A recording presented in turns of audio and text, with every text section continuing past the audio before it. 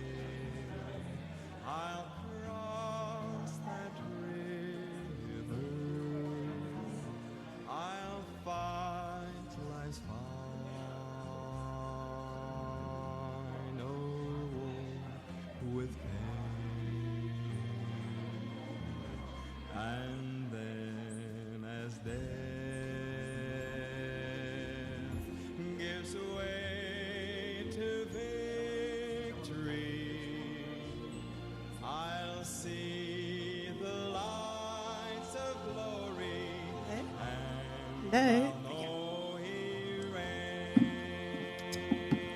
Hello, everyone. Thank you for coming to join us today at KRRISDAC's Careers Day.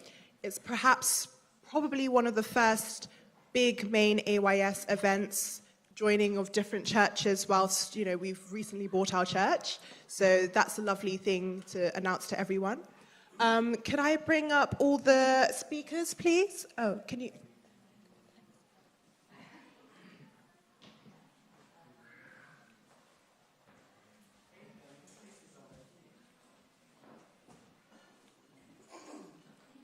Okay, so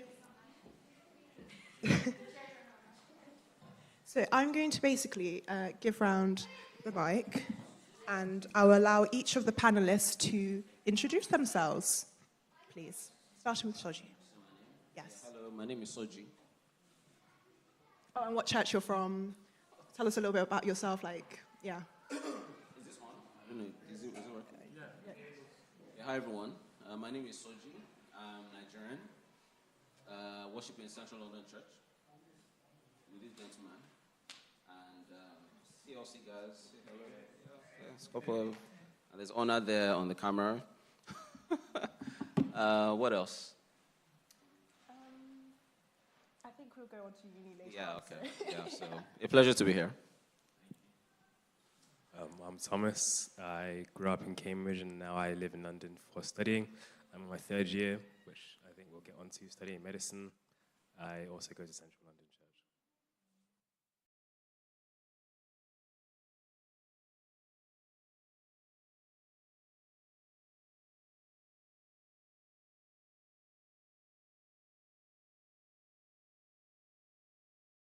Everyone, I'm Steve Currow. I'm from Newbold. I was about to say, if you were saying Central London, I've visited Central London, but yeah, okay.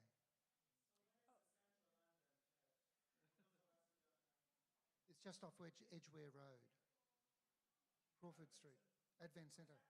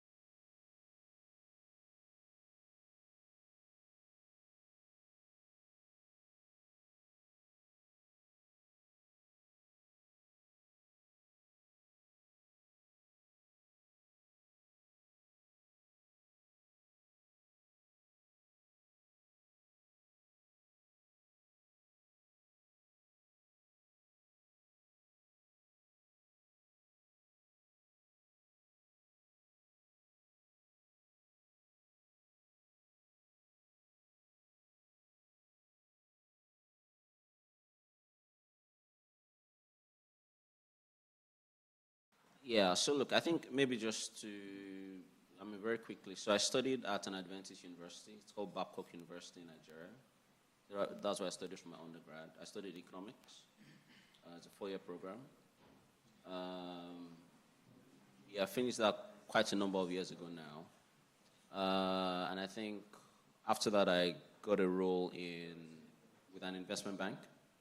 Specifically, I was working in equity research, covering banks. Did that with 2 different investment banks, and eventually moved to the UK for my MBA. And I hope I've answered the question. I think it's a bit of a complicated question, but. And which university did you go to for your MBA? For my MBA, I went to London Business School, which is somewhere in London. Yeah. Thank you.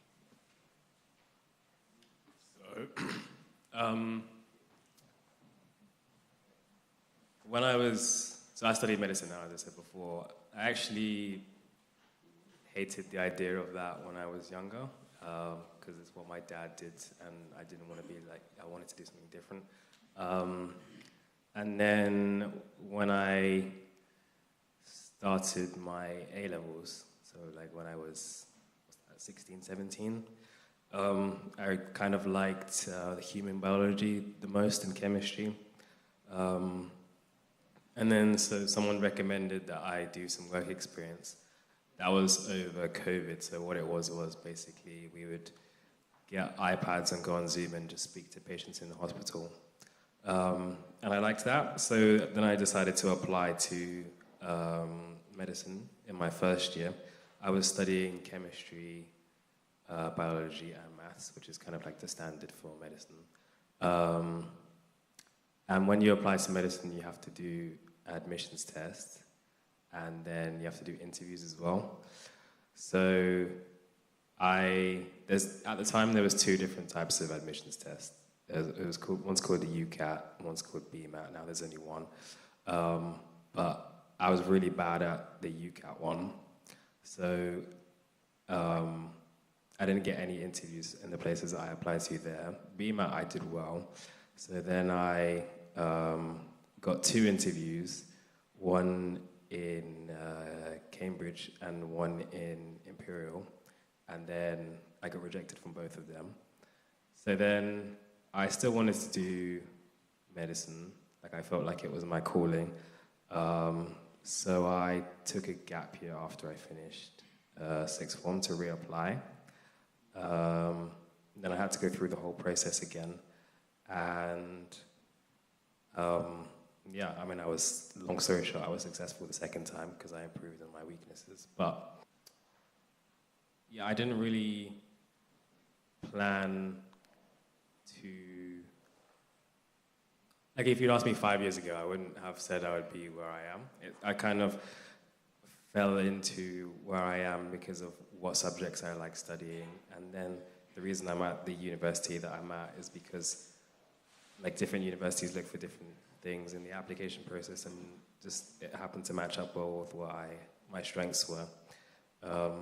So, yeah, that's the answer to the question.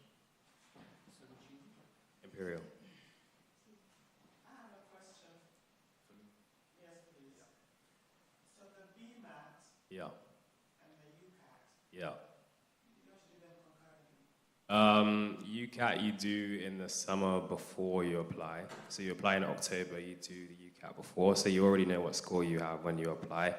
The BMAT, I don't think it exists anymore, but at the time, you would apply and then sit the exam a couple of months later, so you wouldn't know what score you would get. So it was more risky to do the BMAT than the UCAT, but certain unis use different ones. So it was more like Oxbridge and UCL, Imperial, those type of places use BMAT, and then the rest use UCAT, but not everywhere does UCAT. So you're kind of talking like you want to read again, but yet you're talking about Oxbridge and Imperial, which we know are like the top schools.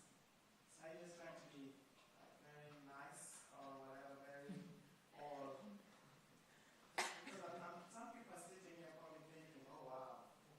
In other words, could you have gotten into some of the other schools if you were not necessarily aiming for Ivy, like the top ones? And then number 2, the Yeah. same question. Yeah. Did you reapply to the same ones again? First question, no, because medicine doesn't really work like most other degrees where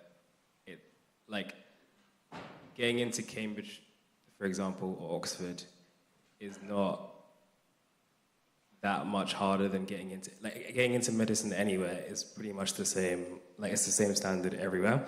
So the name of the university doesn't really matter that much for medicine. So for the first question, no, I applied to those places because that's where my strengths were in terms of the admissions test and that type of thing. Second question, the only university that I reapplied to is Imperial, which is where I'm at now. Can I just tag on to that medicine conversation before you come back to yours? I'm tagging on because I was a parent watching my daughter go through the process. So it's on that basis I'm talking. One of the challenges of going into medicine is that you are allowed only 4 applications for UCAS as opposed to 6 for other programs. And you've got to really think very hard about where you are going to have the best chance of getting into medicine. So those 4, you've got to really try and make sure that they work well. My daughter ended up studying her medical degree at St George's, Okay. And, I think she had a great time there. And as she compared her study with some of the others that even went to Oxford, she much more valued her particular degree because it was so much more hands-on in the early stage, where Oxford was much more theory in that early stage. So you need to do some comprehensive homework there, and you need to think very carefully of the 4 options.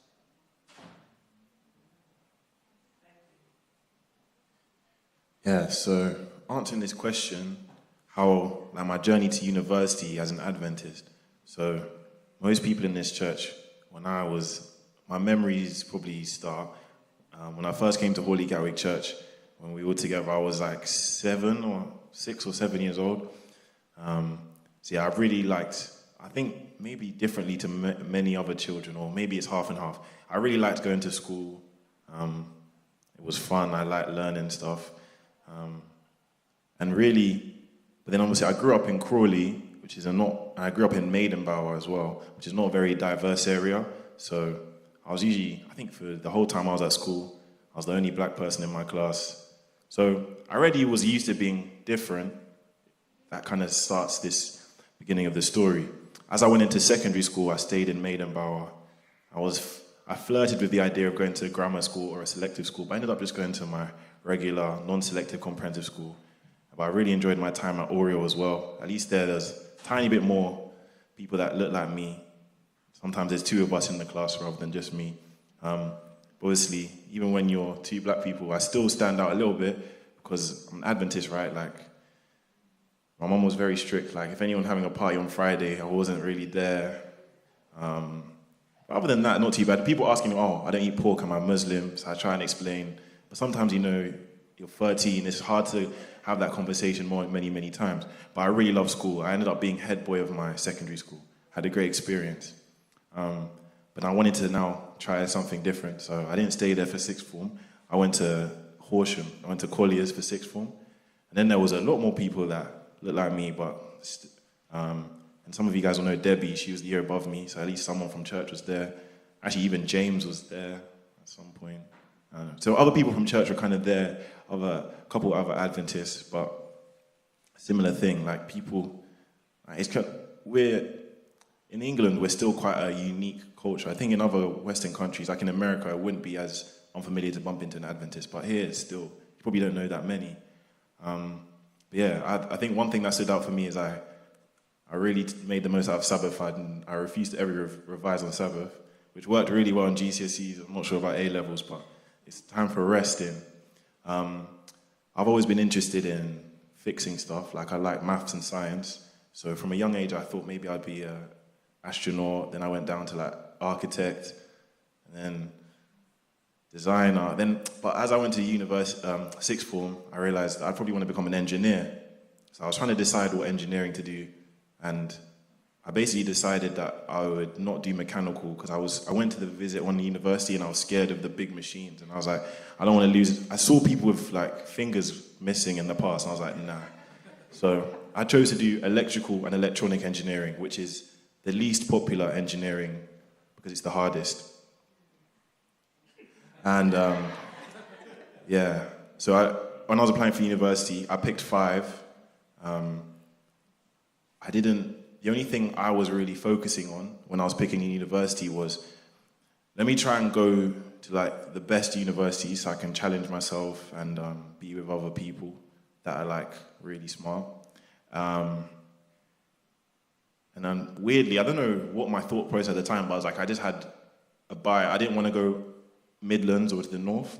So I applied for Cambridge, Imperial, UCL, Bristol, and Southampton. I had to do an entrance exam for Cambridge, which I didn't really practice for, so that stopped there. I didn't even get an interview at Cambridge. Had an interview at Imperial. They said I can come, but they wanted, I did further maths, which meant I had to do maths in year 12. So if you know any year 12s, it's quite funny now that I look back and I think, when you're 16, some year 12s are still 16, and they're doing a whole A-level. So yeah, I don't know if that's very fair, but yeah, my school made me do it. I got an A, not an A star. So Imperial were like, yeah, you can come, but you need an A star in maths. So I basically took that as a no from Imperial because I didn't have the time to resit maths. Southampton wanted the same grades as Cambridge. I was like, no. So I ended up the two options of UCL and Bristol. I put UCL as my first and Bristol was second because Bristol gave me a contextual offer. That's something that some people might get if you live in these kind of areas.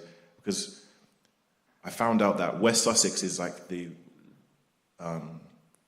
most underfunded county for education in the whole country, which I found quite surprising. But if you think about it, there's not really many young people in Sussex, so schools is not something they spend a lot of money on.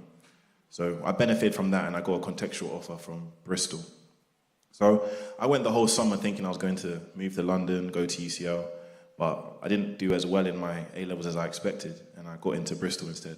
But in hindsight, that was a blessing, as we'll probably get on into other stories. And then, yeah, I went to the University of Bristol. I decided to go there for 4 years to do an integrated master's degree in electrical and electronic engineering, and probably answer more about that later on.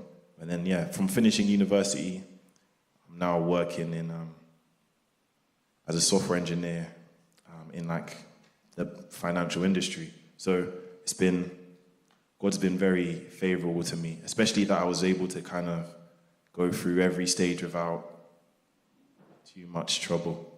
He gave me some challenges along the way, but enough for me to handle. But yeah, that's my journey so far. I've really enjoyed listening to those journeys. And I'd like to ask a few questions as well.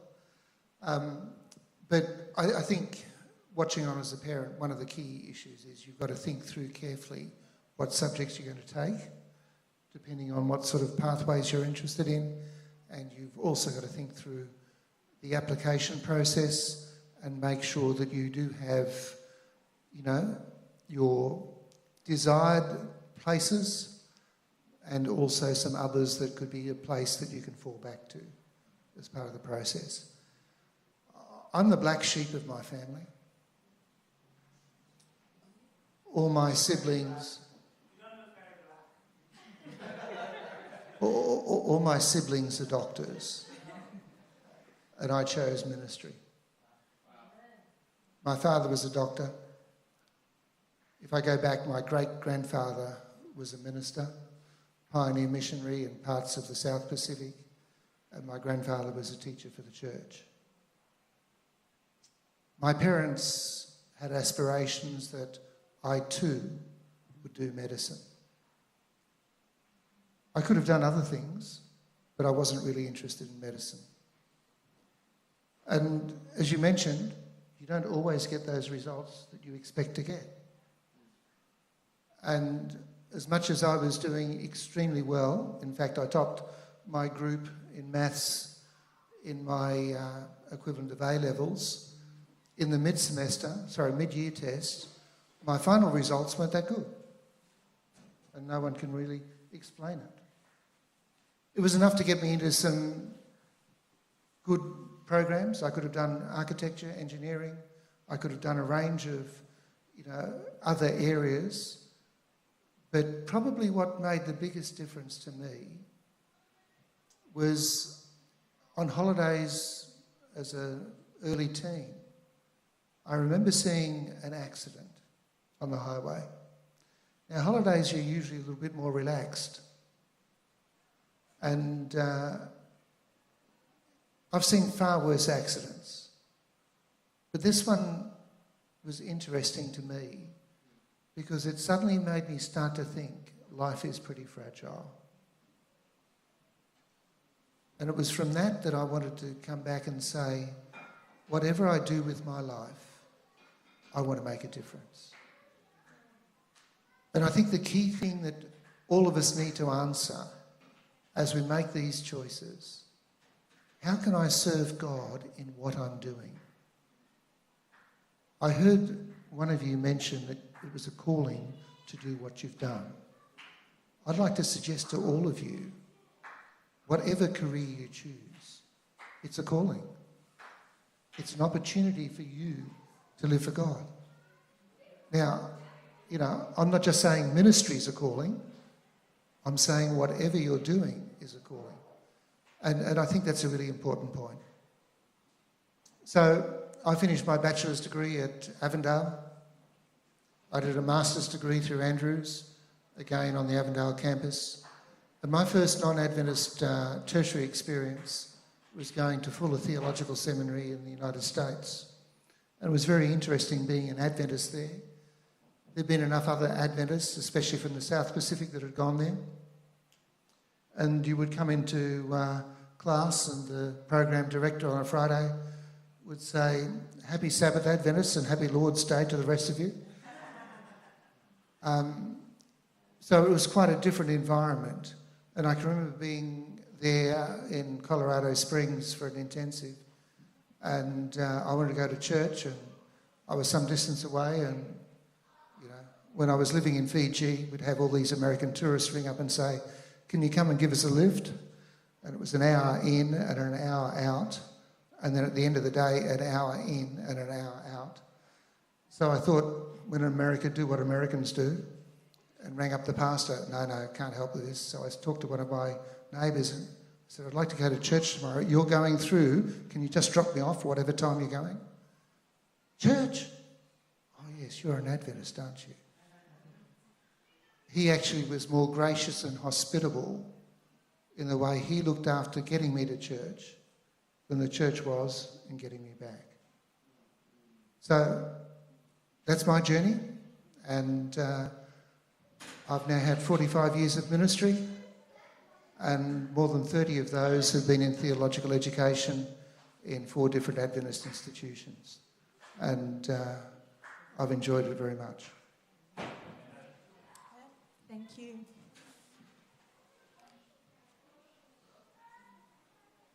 So the next question is university life as an Adventist. So what was your experience like as an Adventist on campus? Did Sabbath observance impact your studies? And how did your lifestyle influence your social life? It's also up there. Okay. First question, what was my experience like as that?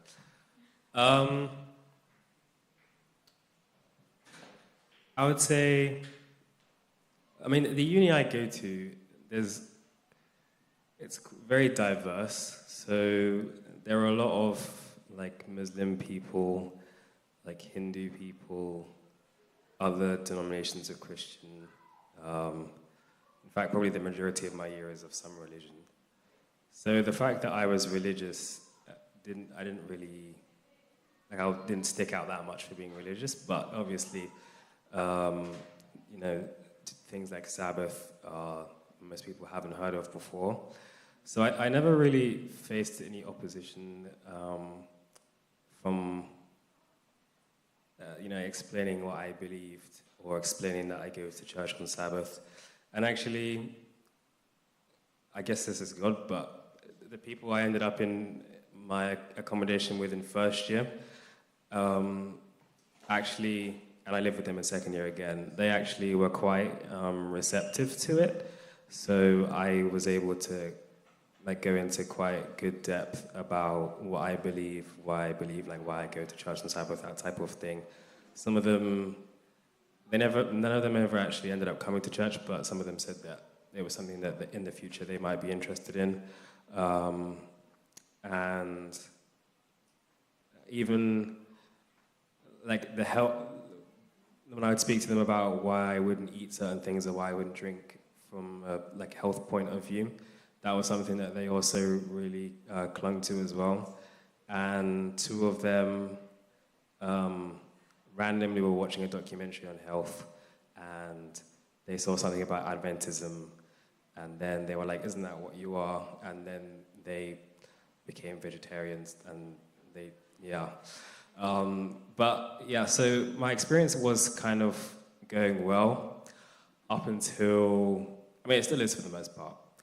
It's up until maybe this time last year.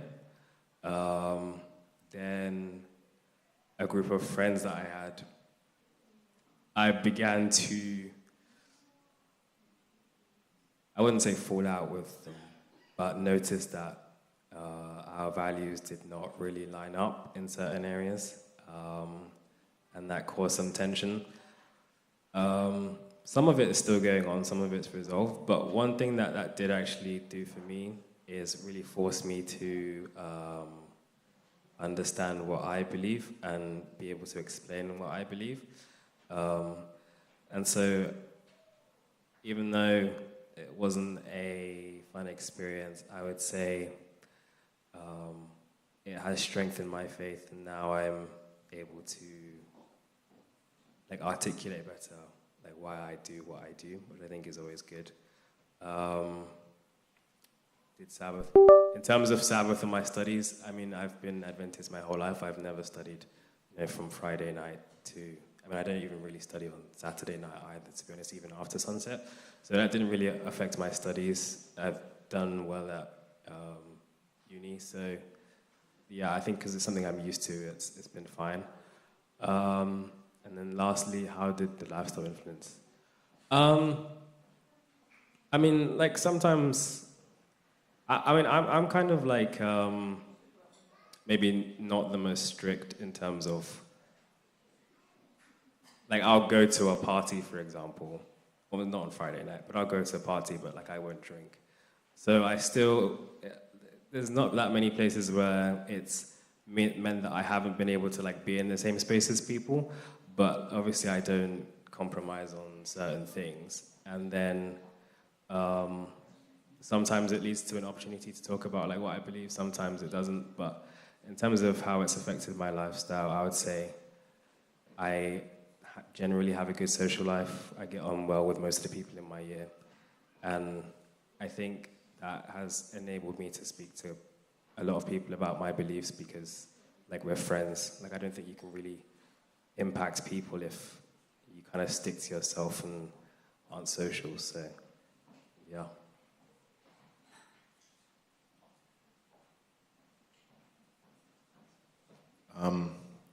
My experience as being as Adventist on campus kind of got some different experiences. When I first went to university, I was in 2019, I only kind of found out I was going to Bristol on results day. So I had less time to think what that even really meant. And I spent so much time that summer trying to figure out where I was going to live. Then I actually moved there. And then it was okay, wow, I'm actually at university now. First thing I did was kind of get involved in the African and Caribbean Society, ACS, which is at a lot of universities, I think almost all of them. And that's where I made most of my friends that I'm still friends with today. And yeah, quickly, as you'd expect, most people, African, even Caribbean heritage, they have a religion of some form. So most of my friends were Christian. One of them was Muslim, but obviously different denominations. Some of my friends from a Catholic, different Protestant denominations. Some of them, you ask them what denomination, they don't even know. Again, you're coming to this mixing pot. Everyone's come from similar academic prowess, but when you think about your actual home life, definitely, I was surprised how many differences there are. It's not stuff I'd really ever spoken in too much detail about. That's something that even comes more when you live with these people. But when I first came to university, I think that was an interesting time for me because being asked about your church, you almost kind of feel like you're representing Adventism, and it gets a bit annoying if you don't really know the answers on questions and you get a bit stumped, or maybe even try and get a bit defensive, or you even start questioning yourself, oh yeah. So I had conversations with different people, and I was like, why not? I went to Bible study at a different denomination church, on a Wednesday, just to see what they do. Then you see stuff like speaking in tongues. That's something I'd never actually seen. So I was just oh wow, you know? So that was really good, I think, at university, just experience of churches in that regard. There's a really lovely church nearish to where I lived in Bristol Central SDA Church. So that's where I had a lot of friends some of them I knew from before. I made a lot of new friends there. But then, as we all know, 2020, the whole world shut down. So that was really weird because, you come back home. I didn't even get a year at uni. I'm already back at home. I remember that day when what's that guy with the deep voice made that announcement that all SDA churches are shutting. I don't know, does anyone remember what I'm talking about? What's that guy? Pastor Osei was like, yeah, like we're shutting church because of COVID. I remember that. I was like, this is crazy. So then for that long period of time, no one was going to church. Every day in COVID felt like the same day. You just do the same stuff every day. Like maybe at the start you remember, but soon, by the time we were allowed outside of a house, it just all feels like every day is the same. And I do think it took me a while, like a long while, to get out of that system, because my friends and I had already paid the deposit and everything for a new house for the second year. Really, I could have stayed at home because they announced all of the university was going to be online.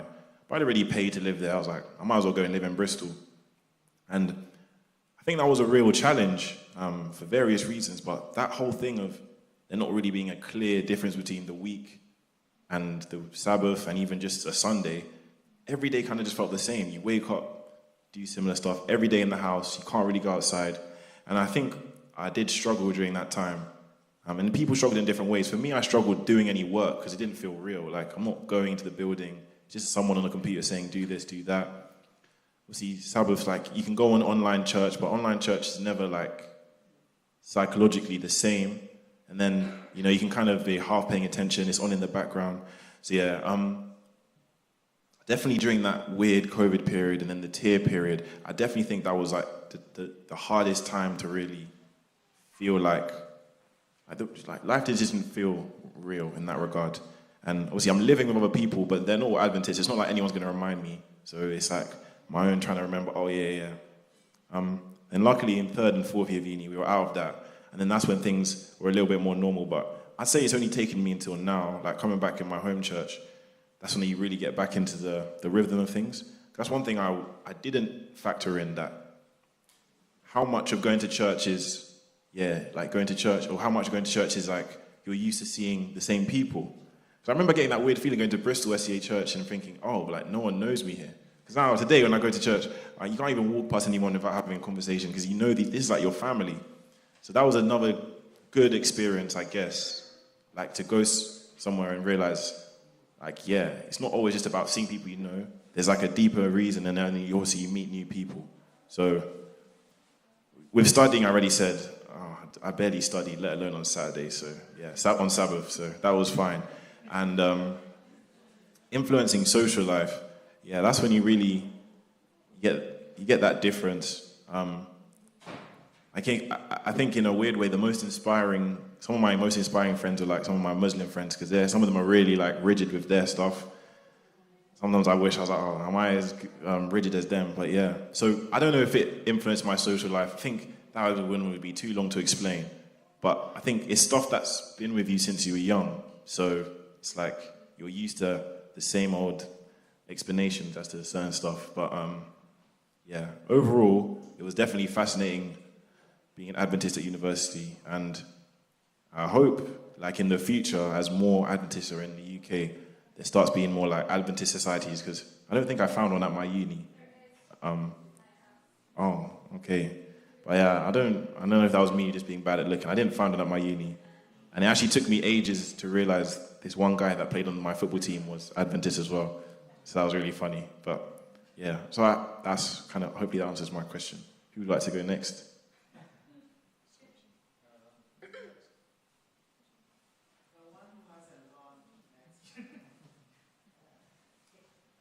Okay. So the question is, what was my experience like as an Adventist on campus? I guess I've had 2 campus experiences. So one was my undergrad, and the second was my MBA experience. So for the undergrad, like I mentioned earlier, when I went to an Adventist university. So going to an Adventist university meant that, so typically Friday evenings to Saturday evenings, you are, I think no teaching is happening. On Saturdays, you're in church. I think the school also provided food. So, I can remember I can't remember how many loaves of brown bread we ate, but, it's a lot of brown bread and peanut butter and boiled eggs and tofu. I remember all of that now, just thinking about it. So I think, it was a good experience, being in an Adventist university. The other things I also remember were things like there was a lot of nature surrounding the school. So in terms of you having time to yourself to perhaps study your Bible, spend time being close to nature, being close to God, there was more than ample time to do that. And one of the things I do remember taking advantage of was, those experiences being in nature, which at least I think helped me develop certain characteristics like, deep thinking.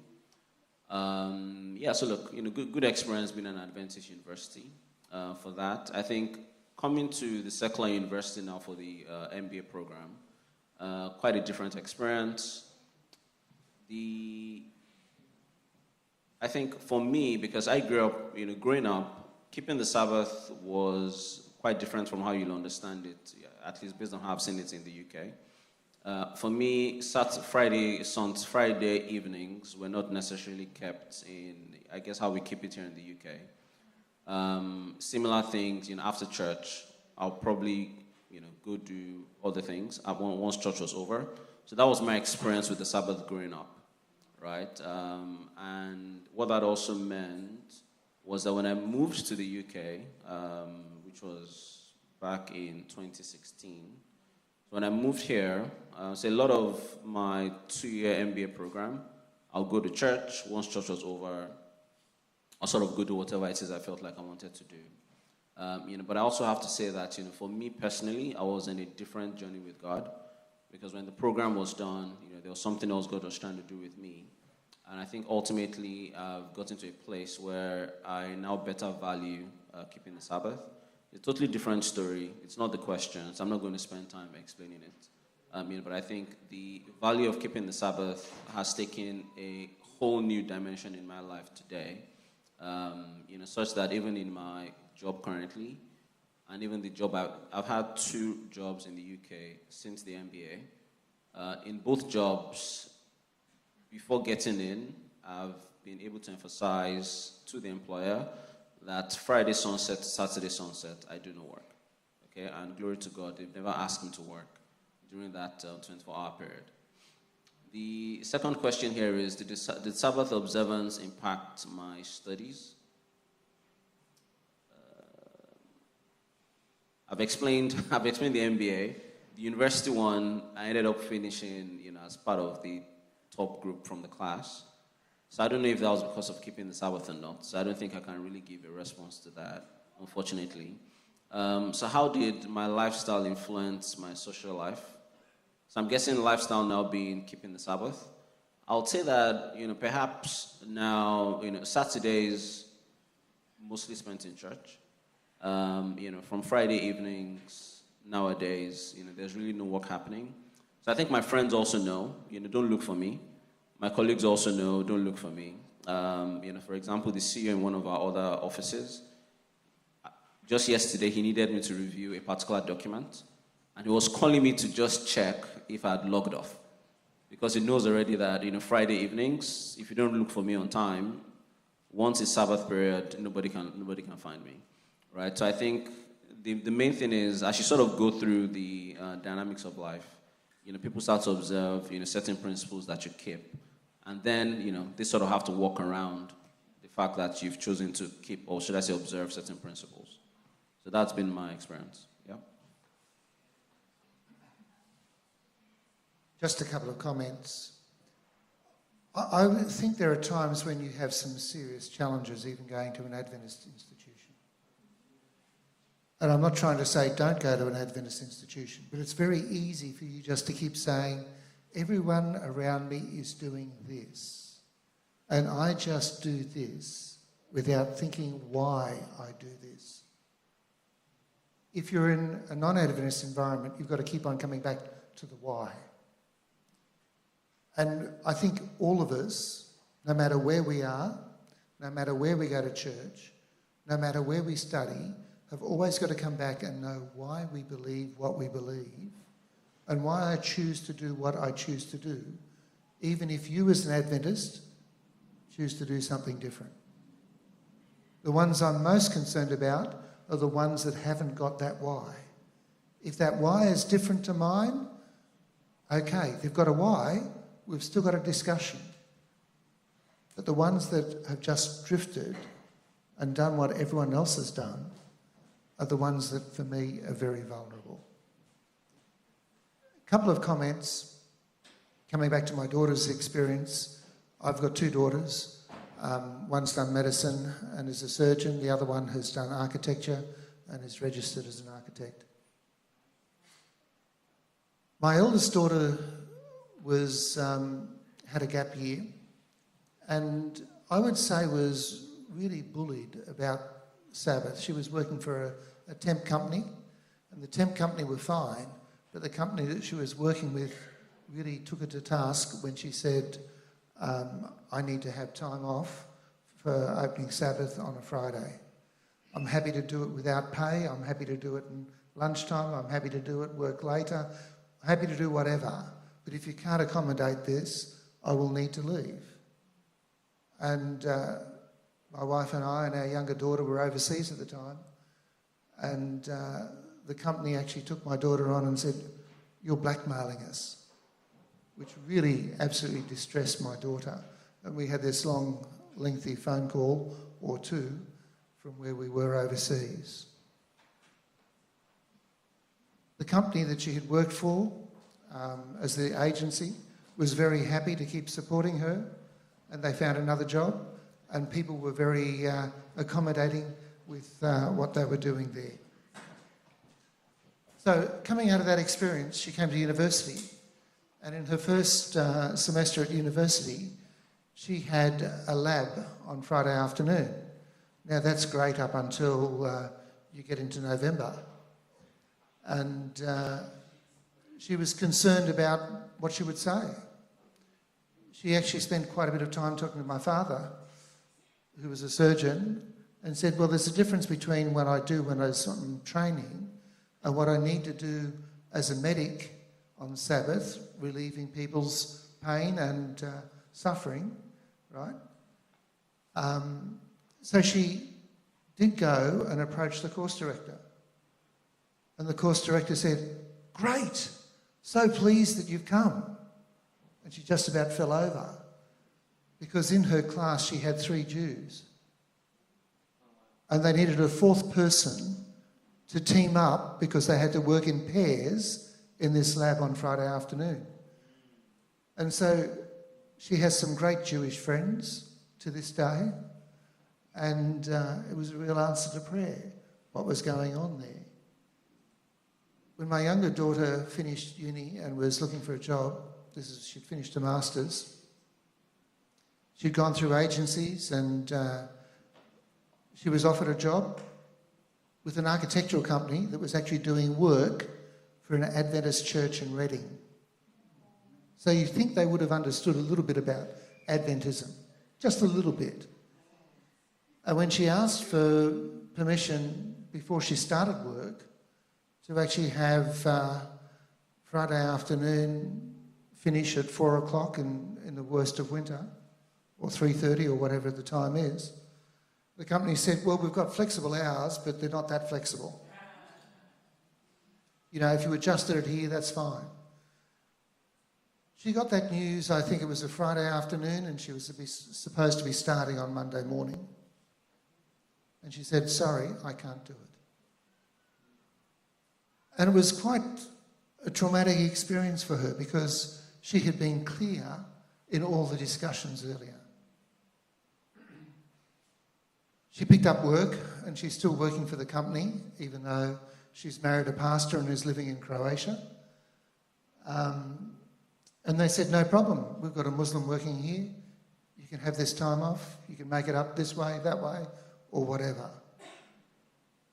I think it's important to recognise that God will be there with us.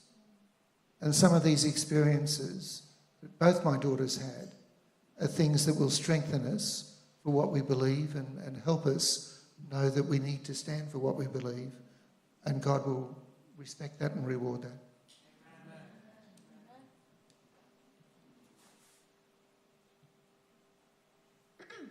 So the next question is application advice. Do you have any tips or insights for getting into your chosen university and course? I can start with this one.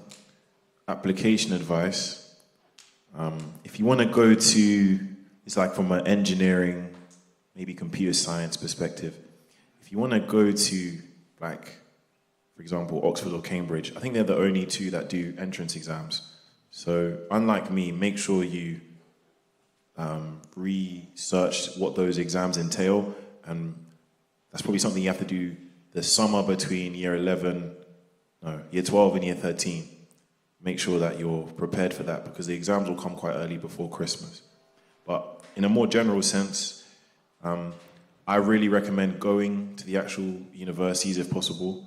Ask your parents. They're quite accommodating in year 13 and year 12 to go to open days and really make the most of that, because when you're going to university, like, you are going to actually have to live there. It might not sound real when you're thinking about it, but you have to live there and spend a lot of time there. And it's nice to know at least where you're going looks like, at least briefly. Bristol was the first university I visited, and I didn't think I'd ever end up there. But at least when I ended up going there, at least I recognized the place. I'm like, oh yeah, I've been here before. Loads of hills. So yeah, that's what I would say. Go and see the places, go and ask questions to the people that actually teach there, because that's when you can get a real sense of what really is for you. And yeah, you might even want to go to church there, I don't know, or see if there's something else that's important to you, a hobby, if it's something that can work there, and get a real feel of the area. And yeah, also ask, use like something like LinkedIn, or if you know them, speak to people that are a year ahead of you or 2 years ahead of you in the exact same pathway. I've been able to help people that are trying to do the same thing as me, and people have helped me that are doing the same thing 1 year behind. Because when someone's done something 10 years ago, their advice is 10 years old. When someone's done something just the year before you, they can be really valuable to help you.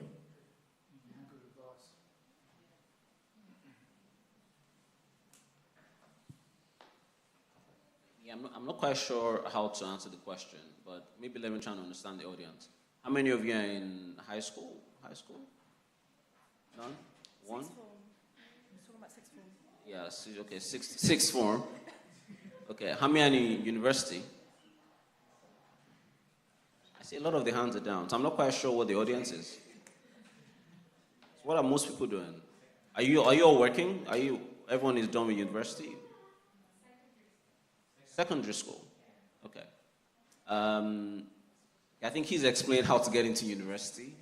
And I think maybe his tips would be the most relevant. I mean, I finished university a really long time ago. I didn't study in the UK either. So I don't have any tips, unfortunately, for how to get into university in the UK. But maybe I can tell you a bit about, the MBA program. So the MBA is typically for when you've had a few years of experience. Okay? So when you're done with university, maybe you've had 2, 3, 4, maybe 5 years of work experience, and you're starting to think about, okay, what else could I do with my career? There's something called the MBA program. Okay, the MBA program is run by a number of schools around the world. Some of the top schools in the world with an MBA program are some of the schools you might have heard of. There's Harvard Business School, there's Wharton out of University of Pennsylvania, there's Stanford, there's Columbia Business School. Closer to home, there's probably 3 top schools in the UK. There's London Business School, there's Oxford, Said, and there's Cambridge, George Business School. Over in Europe, there's a school called INSEAD. Okay, that's in France. So these are all top schools you could think about for an MBA program. To get in, the key things to keep in mind would be and I think I heard some people talk about an entrance. There's an exam called the GMAT or the GRE. Okay, I don't think you should wait. You don't need to wait till you're about to apply before you do your GMAT or GRE. I think once you're done with your university, feel free to get a really good GMAT or GRE score. You want to get as high a score as possible.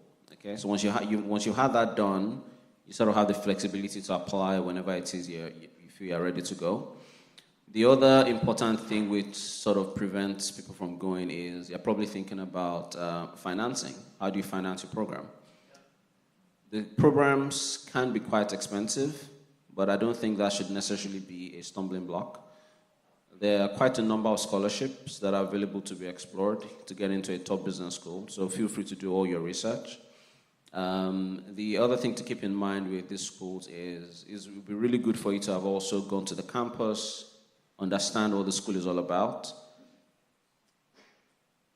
I also just want to debunk one assumption about business schools, because one thing some people assume about business schools is that once you've gotten in, you sort of have all of these jobs lining up for you.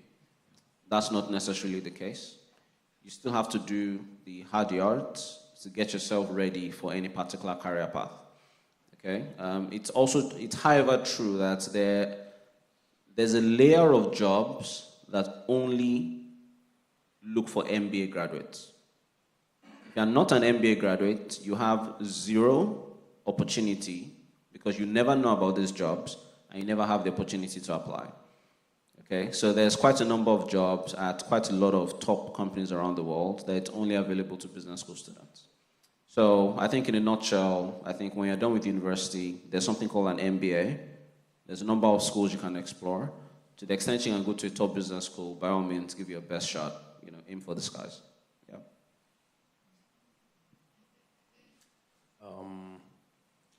I would say for things like medicine or dentistry or vet med or any of those kind of subjects, because they're so oversubscribed, like for other degrees, for example, let's say you want to go to a top university. If you don't get into a top university, you'll still probably be able to do the same subject somewhere else.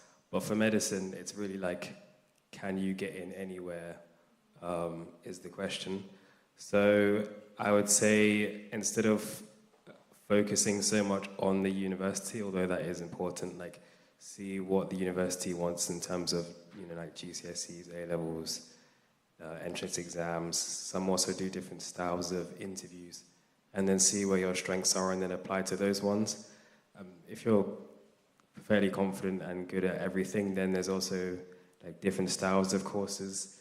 So Cambridge, Oxford, those type of universities are very traditional.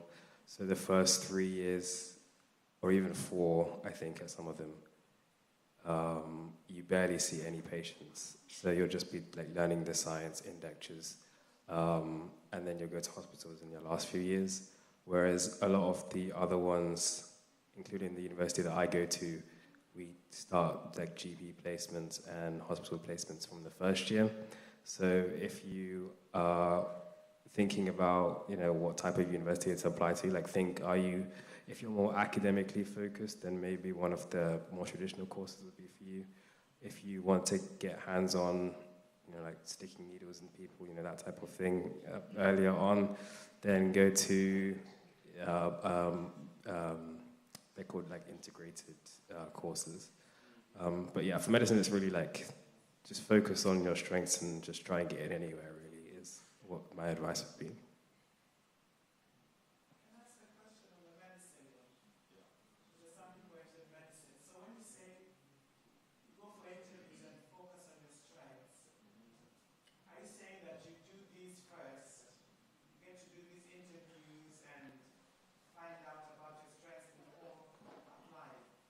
No, so you have to do research into what the process is for each university. So usually it is admissions test, and they will advertise, like, usually in the last few years what the cutoff score has been for their university, and usually it increases every year. So you don't apply to a place where your score is lower than what it was last year, for example. And then interviews as well. Some have what's just like a normal panel, so you spend the whole interview with the same people, whereas some have, it's called an MMI, where you move around different stations. The benefit of the one where you move around different stations is each station is marked individually, so if you make a mistake, it doesn't influence like the rest of your interview, whereas the panel one, if you mess up at the beginning, then they're kind of there with you the whole time. You can also see like what stations they're going to ask you questions about. So if you don't have lots of work experience, for example, don't apply for somewhere that's going to have lots of stations asking you about your work experience, if that makes sense. So just like research what they want and then apply. I think you've heard some very good advice. My comment would be, if you're thinking about a career, make sure you get some work experience in that career. Please. It sounds great to be a doctor. As I have walked alongside my daughter's journey to be a surgeon, and she has now qualified 12 years after university. Did you hear that? It's not just 5 years, okay? It could have been perhaps 10, but it's ended up being 11 and a half. A female surgeon is not a common profession. And there's a little bit of, yes. We could talk about some of the experiences she's had. She's had a supervisor that when they learnt that Nerissa and I were actually living in Australia, suggested to my daughter, who has only just got married last September, that she ought to go back and live with her parents. And that was her supervisor. And my daughter bit her tongue because she had actually been in the country longer than the supervisor and things like that. So think carefully. Prestige is not necessarily the most significant thing. Don't hear me say, don't be a doctor. We need doctors. I'm thankful for doctors. And surgeons. I'm just pleased it's not me.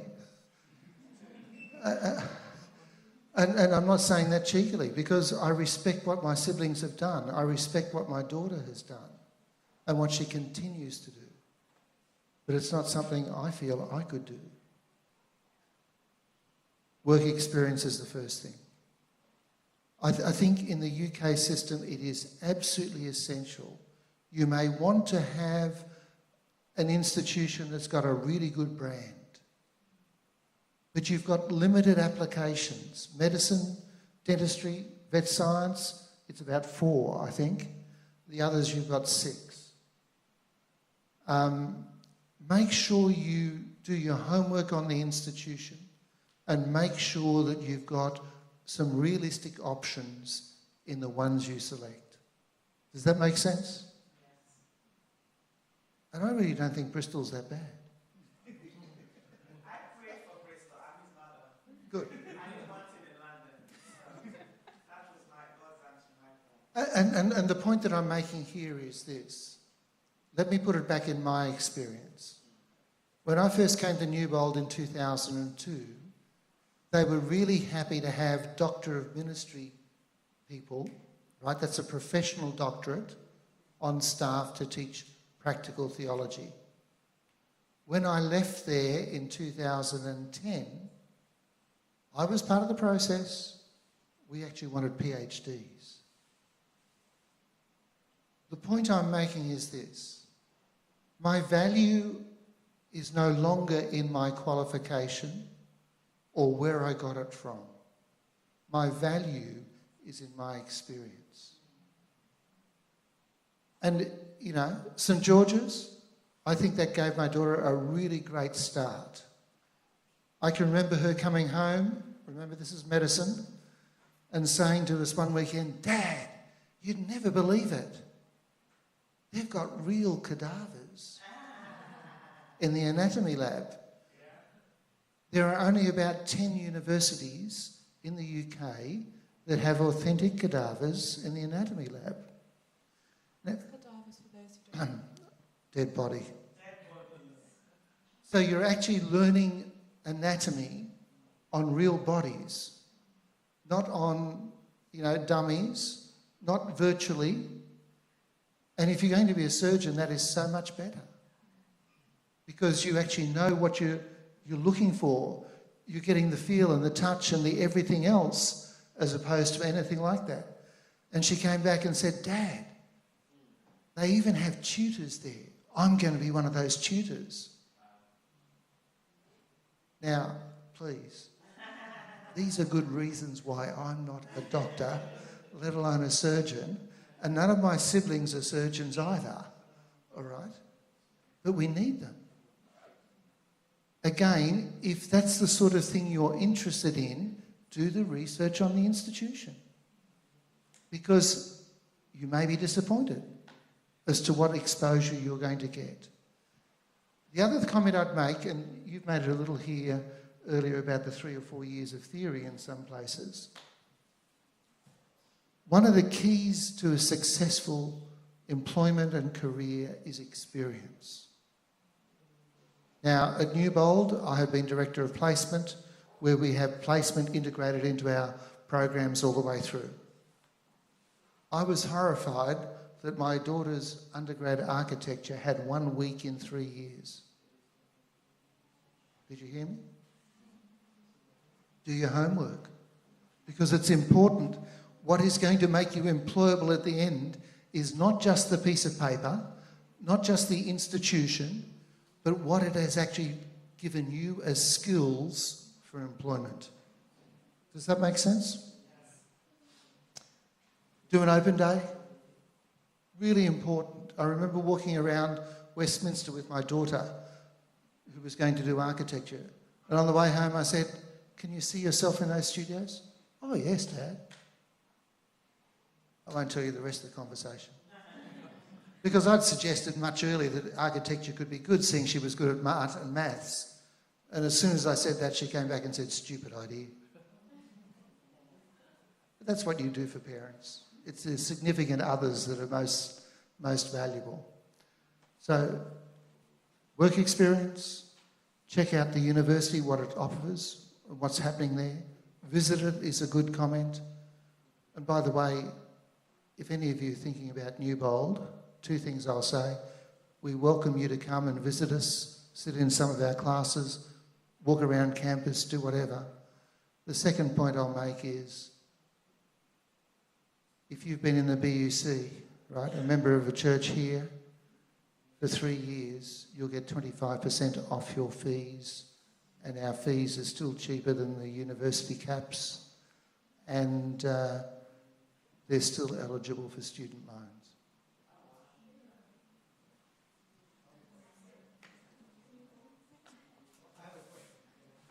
Yes, sure. My name is Sudhir. So I work in tech sales. So my question is to the MBA London Business School. So I have a total of 17 years of experience, 18 now, and I've lived in the US for 5 years, did few tech sales for large IT companies, and now I'm here in the UK. When I landed here in the UK, I don't have an MBA, but I have a bachelor's and a master's, right? So which I did from India, University of Pune, which is again not a very bad college to finish your bachelor's and master's. When I came here, I didn't get a job, right? For 5 months, I've been here just 2 years, and I was trying to network with few people, and you would understand, right? When you in the MBA league, you have to network with a lot of people, right? I met the head of UK and Ireland for Workday. Workday, you know, right? It's an enterprise system, right? So I met the head of UK, and she's not even completed her college, right? And she's the head of UK and Ireland for the for the Workday practice. And I've seen few. I'm on LinkedIn all the time because I'm a sales guy, right? So I see a lot of people who are very educated. They've not completed their college degree. On the other side, you see these MBA guys who spend a lot of money in business schools, and of course the league is different, right? But I've been contemplating for how many years now, do I really do my MBA? Because I've come to a stage of my life where I've already reached there, but to just take a push, I need an MBA. But now I'm thinking, is it really worth an MBA now? Because I have 18 years of experience. But still, I feel there's an edge. Like, will I get any edge? The second thing is, I have friends from the US, right? They say if you do your MBA from specific universities, then you have a network of people you work along with, right? So if I'm in UK and if I do the MBA here, it's better that I start looking for jobs here and not outside, because you will not have that kind of network to give you that kind of justification for the money that you need, right? So it's such a confusing. Experience is important. Degree is also important. Sometimes degrees doesn't mean anything, and some people are already there. So what's the right balance? It's working. Well, so first of all, thank you for your question. Sorry? It's an excellent question. Yeah. So look, I think everyone's circumstance is different, first of all. Second thing is that it really depends on what you're trying to do or achieve with an MBA, right? And I think even when you talk about the MBA itself, there's different types of MBA programs. There's the MBA program for people that have, perhaps 2 to perhaps maybe 8 years of work experience. There's what's also called the executive MBA program, which is probably where you'd be better suited for. People who have significantly more years of experience. And, then you do what's called an executive MBA program. It's sort of a part-time program, so you can continue your full-time job whilst also doing the MBA program. There's something also called the Sloan program, okay, where you take 1 year off, full-time, you get the program done, and you sort of figure out what you want to do afterwards. Okay, but in this instance, you're taking time off full-time job. Okay, because it's a full-time 1 year program, but it's also for people that have significant number of years of experience. Okay, so there's a range of options. There's even something called the Advanced Management Program. Schools like Harvard have an AMP program, and I think a couple of other schools have the same thing. That's a 6 months program, very intense, for people that have a lot of experience. Quite a number of CEOs at top companies around the world have done this program. It's not cheap, to be clear, but it's a very highly valued program. So there's a range of options to consider depending on what your goal objectives are. Now, having said all of that, I think experience is valuable. Okay, so I think experience probably sometimes even trumps, academics. But it's also true that certain times, just the way the world is structured, there are certain companies that have, certain guideposts around certain roles where they say that, okay, for you to get into a certain role, you probably need some type of qualification, right? It's just the way the world is. It's not always the case because, like you mentioned, there are some people you've come across who might not even necessarily have finished an undergrad program, but because they've been very good at certain things, they've managed to move up the career ladder. So I think it really depends. I think there's no hard and fast rule. So hopefully what I've said adds some value. Yeah? I think you've been given some good advice. I really think we've lived in a world where a lot of people made a lot of progress without any real formal degree or postgraduate qualification. That was a world. I think back to one of my schoolmates who's been retired for 2 or 3 years, who started off sick of study at the end of school, started off working in spare parts in a motor company, then started sourcing parts for an insurance company. And he spent much of his latter years actually working with crash testing. You know how you get a crash testing rating on a vehicle? And working with the technicians on that and the car companies to reduce their insurance costs. He never had a degree. Now, he did a few other things along the way. There might have been a grad dip in some sort of management that might have been there. Those days are rare in my generation. But I think we're also coming to a new generation. And I think the new generation is going to be looking for bite-sized micro-credentials that will continue to provide ongoing professional development and professional learning. There will be still places that will require a degree, and a degree at a certain level, whether it's undergrad, master's or doctorate. My one piece of advice would be, whatever you do professionally or academically, don't just audit it, get it for credit. And with micro-credentials these days, you should be able to transfer them into other programs, and you should be able to build to get an award. So these are new. The European standard guidelines for those are probably only 2 or 3 years old. But it is revolutionising some of the professional side of ongoing education. So you've got to weigh it up. I'd love a PhD.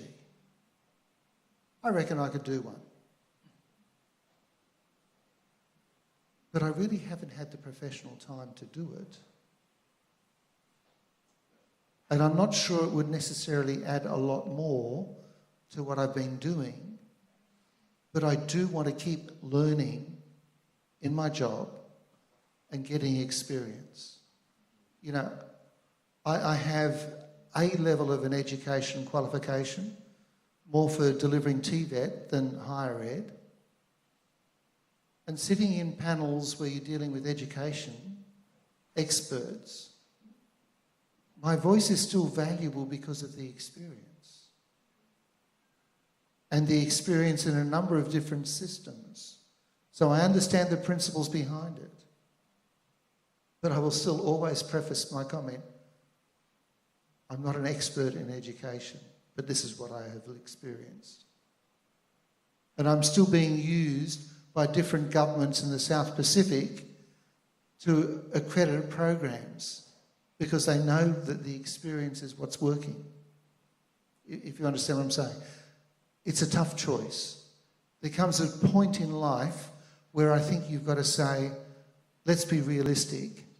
How much is this going to add to me? Can I get the same sort of value for money and expertise and skill development some other way, depending on what needs to be done? This is not saying I'm going for mediocrity. I'm not. I really want excellence. But we also need to balance excellence with realism.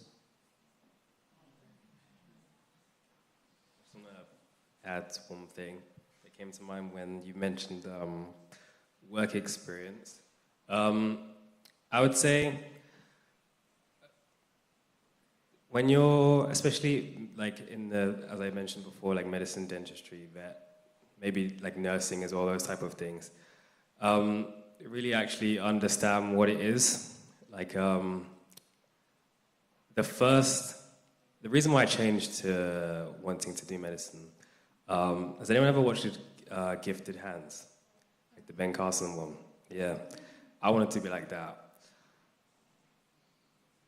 To get to that point, I would be probably almost 50 by the time I got to that point there, where I was a neurosurgeon doing what he did. And there's a lot of boring stuff that you'd have to do, a lot of exams before you get to that point. So don't get caught on the really like shiny, really rare, really cool things that you see maybe on TV. I used to watch like 24 Hours in A&E and like there's like surgery documentaries where it's all the cool stuff. Like they may do that like once a year or something. Most of the time it's like paperwork and boring stuff like that. So make sure you actually know what the day-to-day is like and be confident that that's what you want to do. And then also just like know what the pathway is afterwards and if you're willing to go through that as well. So it used to be like for medicine, when you graduate, you were guaranteed a job. And then it was really like you would pick what specialty you want to go into and then you would just train. Now, because of how competitive it is, most people that get stuck after they graduate, you have to take maybe a few years out to try and find the job that you want to. Because now the UK is really weird where most countries prioritize like the people they've trained in their country for jobs, but the UK doesn't do it. So you have like everyone in the world applying to work in the UK. So yeah, and then also, like when I graduate, for example, you have to do this thing called a foundation program, which is 2 years after you graduate. It used to be that the academics that you got in university, you would get ranked, and then the higher rank you were, the more likely you are to get placed in the country where you want to be, sorry. Now, it's literally a random number generator, and you just can get sent anywhere, and you have like no control whatever way you go. So you have to be prepared for, like, don't just focus on like, oh, I saw like medicine, like it's a shiny thing, maybe my school or my parents or whatever wanted me to do it. Like, actually be sure that like you're willing to get moved anywhere in the country for a few years. You have to keep moving around. You may not get a job where you want to. You may not get a job at all. Like, nothing is guaranteed. So make sure you're actually willing to go through that, and make sure you actually know what the day-to-day is like. So yeah, I would say get work experience. On my gap year, I was a healthcare assistant for a year.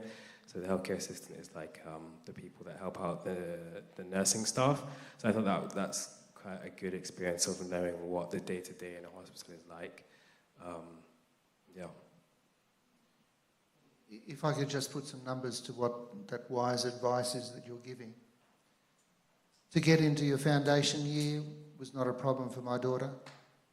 You just, again, needed to think a little bit of strategy, because many people will want London. Let's think bigger than that.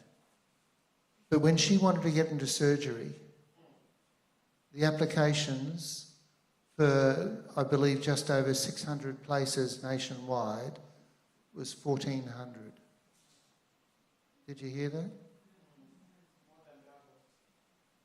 And she was ranked about 702. And in the second last round of offerings, she was offered a job in Aberdeen, Scotland, but it didn't have a training number. If she could get a training number later, it would count, otherwise it was just work. And it was only in the last round that she actually was successful. So we're talking big numbers. And it's one thing to be a big fish in a small pond.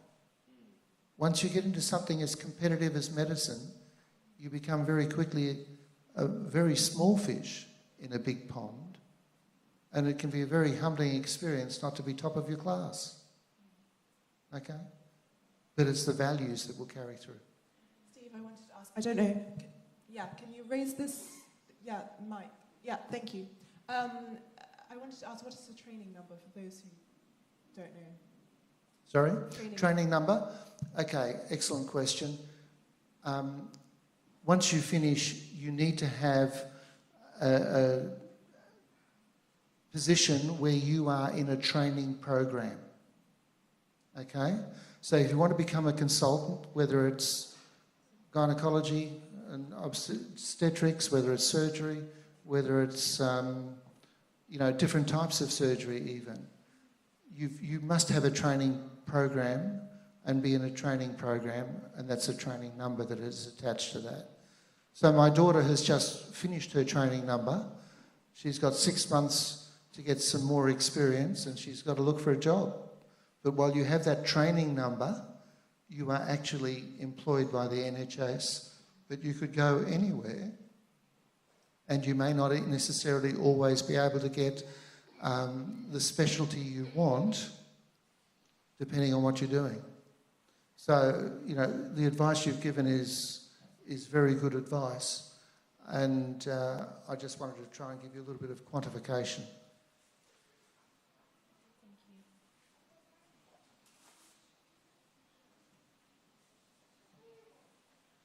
Next question. Can you raise this mic, please? This mic. Hello? Yeah. Hello? Yeah. Okay, so the next question is on faith and contribution. Reflecting on your university experience and career path, how did your identity as an Adventist shape your contribution to university life?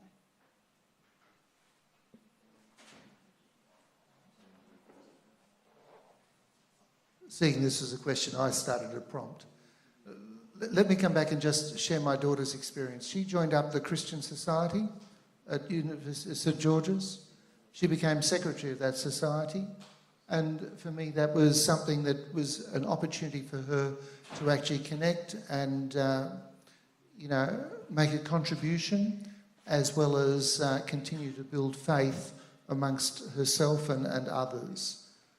I appreciated the fact that the Christian Society at St George's was sponsored by some of the other churches around the area, not necessarily Adventist churches, and they would put on, in conjunction with the churches, what they called Holy Week around Easter.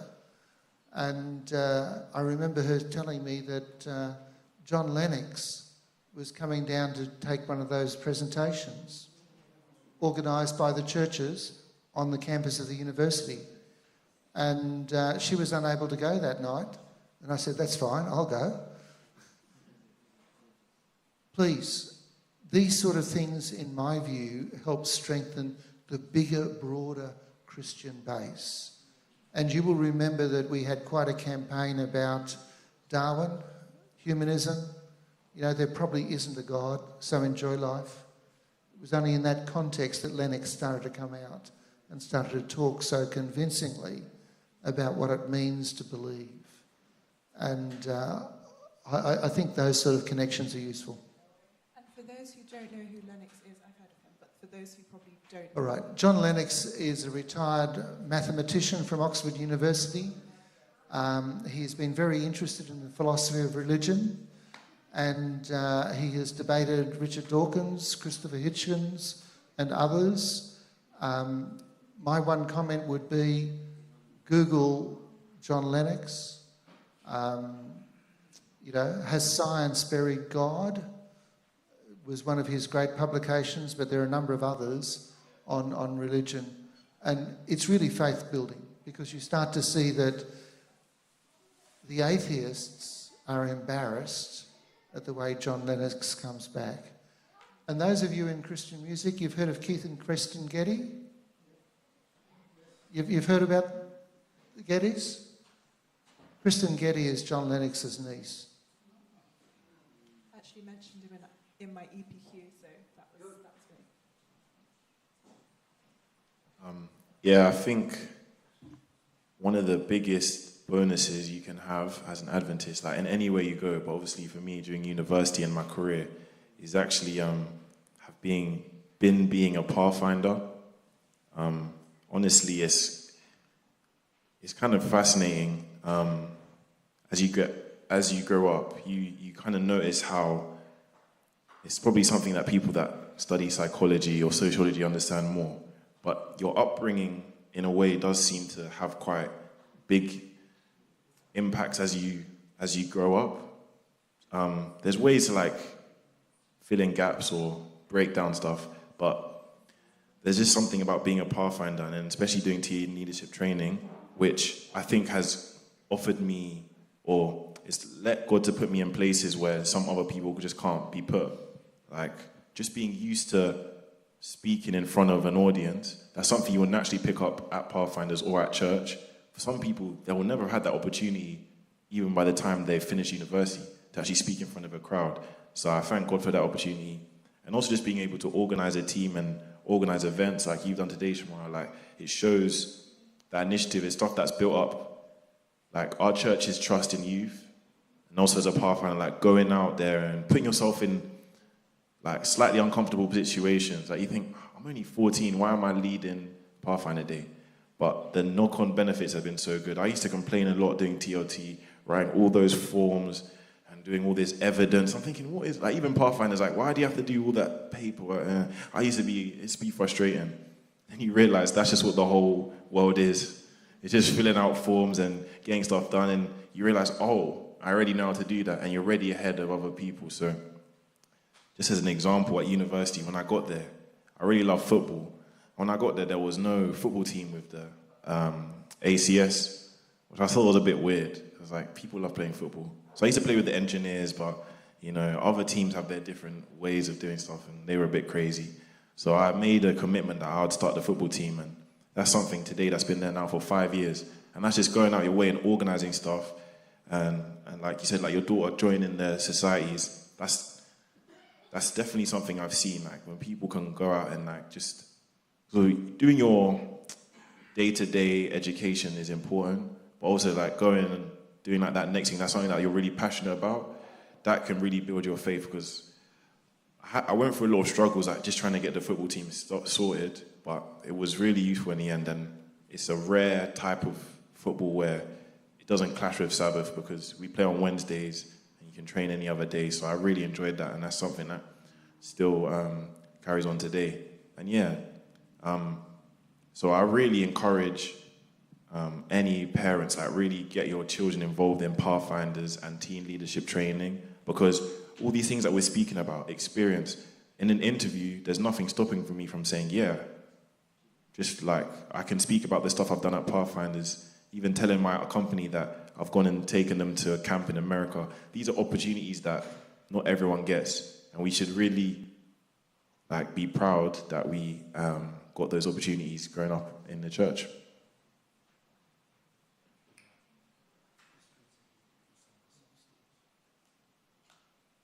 Can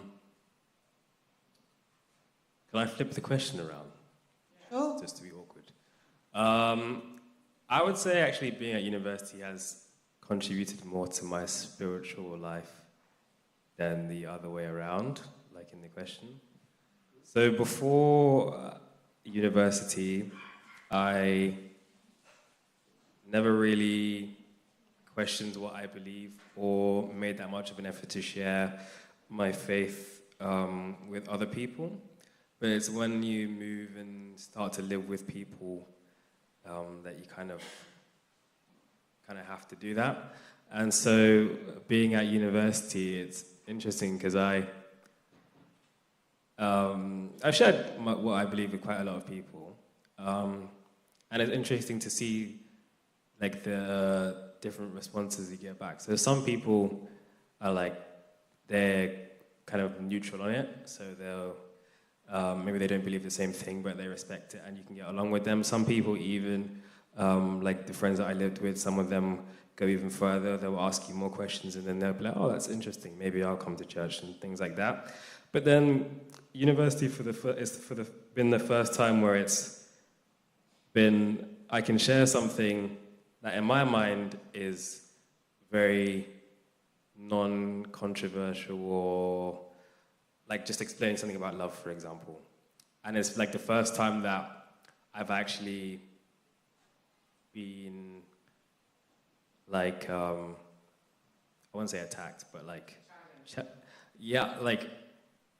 challenged, and like to the point where like it's like actually broken relationship, like good relationships I have with people. And so then it forces me to think about what's going on, and then you read just, like parables about, how the seed falls on the different ground, some on the soil, some on the rock, and so all these things that before when I was younger, they were just stories that I would read but wouldn't really connect that much with, or, it's just things that my parents would tell me. My experience at uni has really like brought those to life, and so now I can actually, I'm kind of more experiencing what I believe rather than just like reading it from the Bible. And then so because of that, now it's made me want to become better at sharing, and do things for more students in the church. So when I moved to London, there wasn't a student department in the church. There was a youth one, but in central London church, most of the youth are like towards the 30s, so like the end of that age range, not really the like 18 to 25. So there was like a big gap there, which now I've become we've made a student department. I'm the leader of the student department. And now, like, we have a group chat with like almost 50 students on it, whereas when I started, there was only maybe 4 or 5 who come regularly. So for me, my university experience, being challenged, being the only one who believes what I believe, is like forced me to, it's resulted in my faith being strengthened and my ability to speak about what I believe to people, even when I know like it's not gonna end well. It's strengthened that, so it's made me more of a I don't know what the word for that is, but yeah, wanting to share.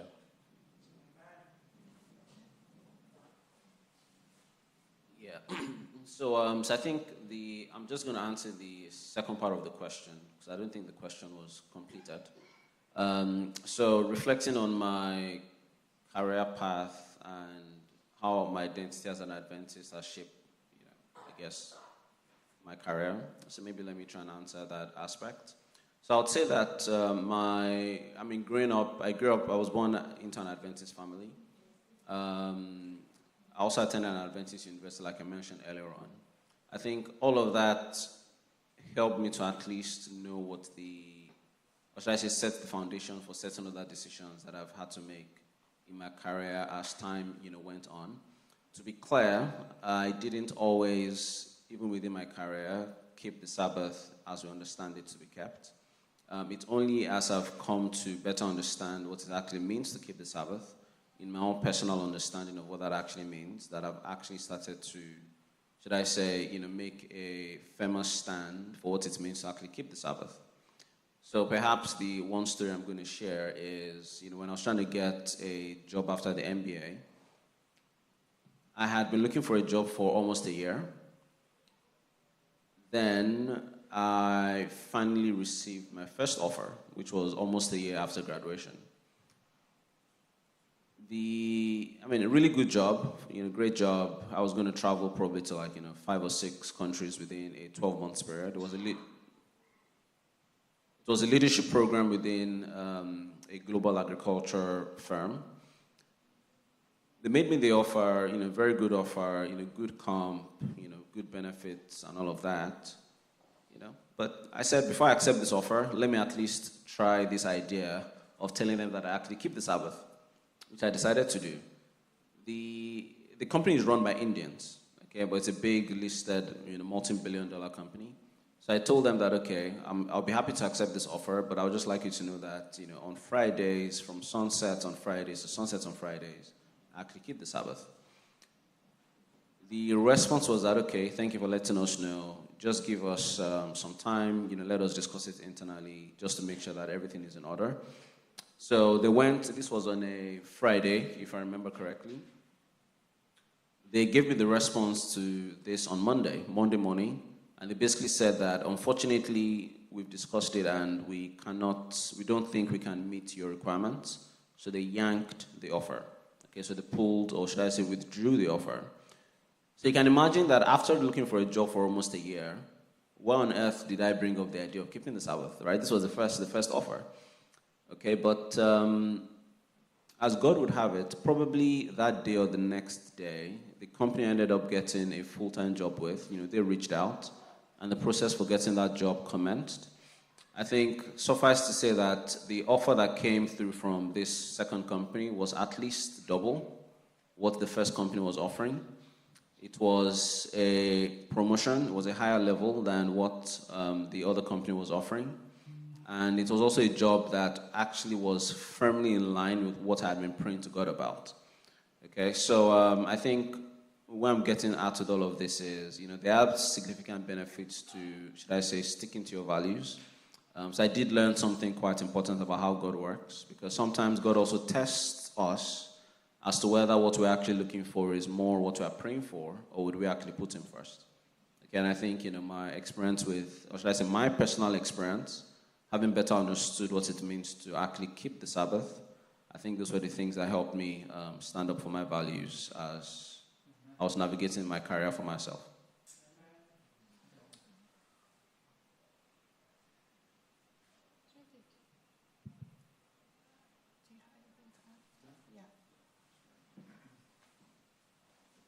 Look, I really think one of the greatest challenges people face at university is that you are growing on so many fronts.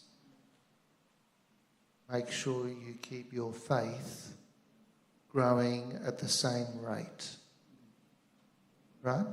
I was baptised when I was 11.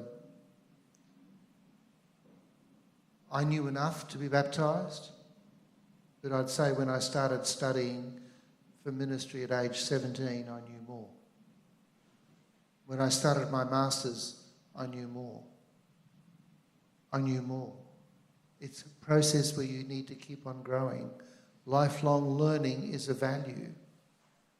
And sometimes we as Adventists get baptized and stop building our faith. Do you hear me? Everything else in life grows, and our faith stops from when we were baptized. Please, keep your faith growing. And Newbold can help you. Thank you.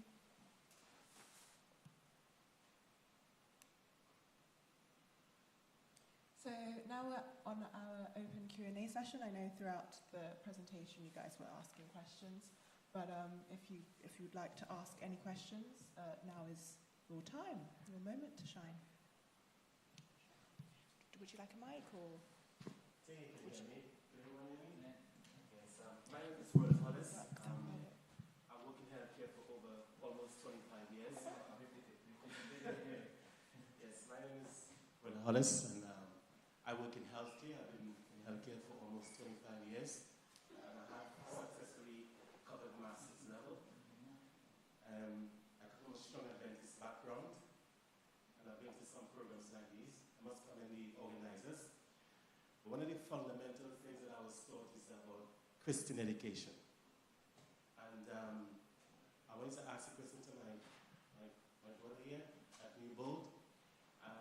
What are the things have you been doing to support young people who may go towards the vocational aspects of learning rather than academia, like most of us have done?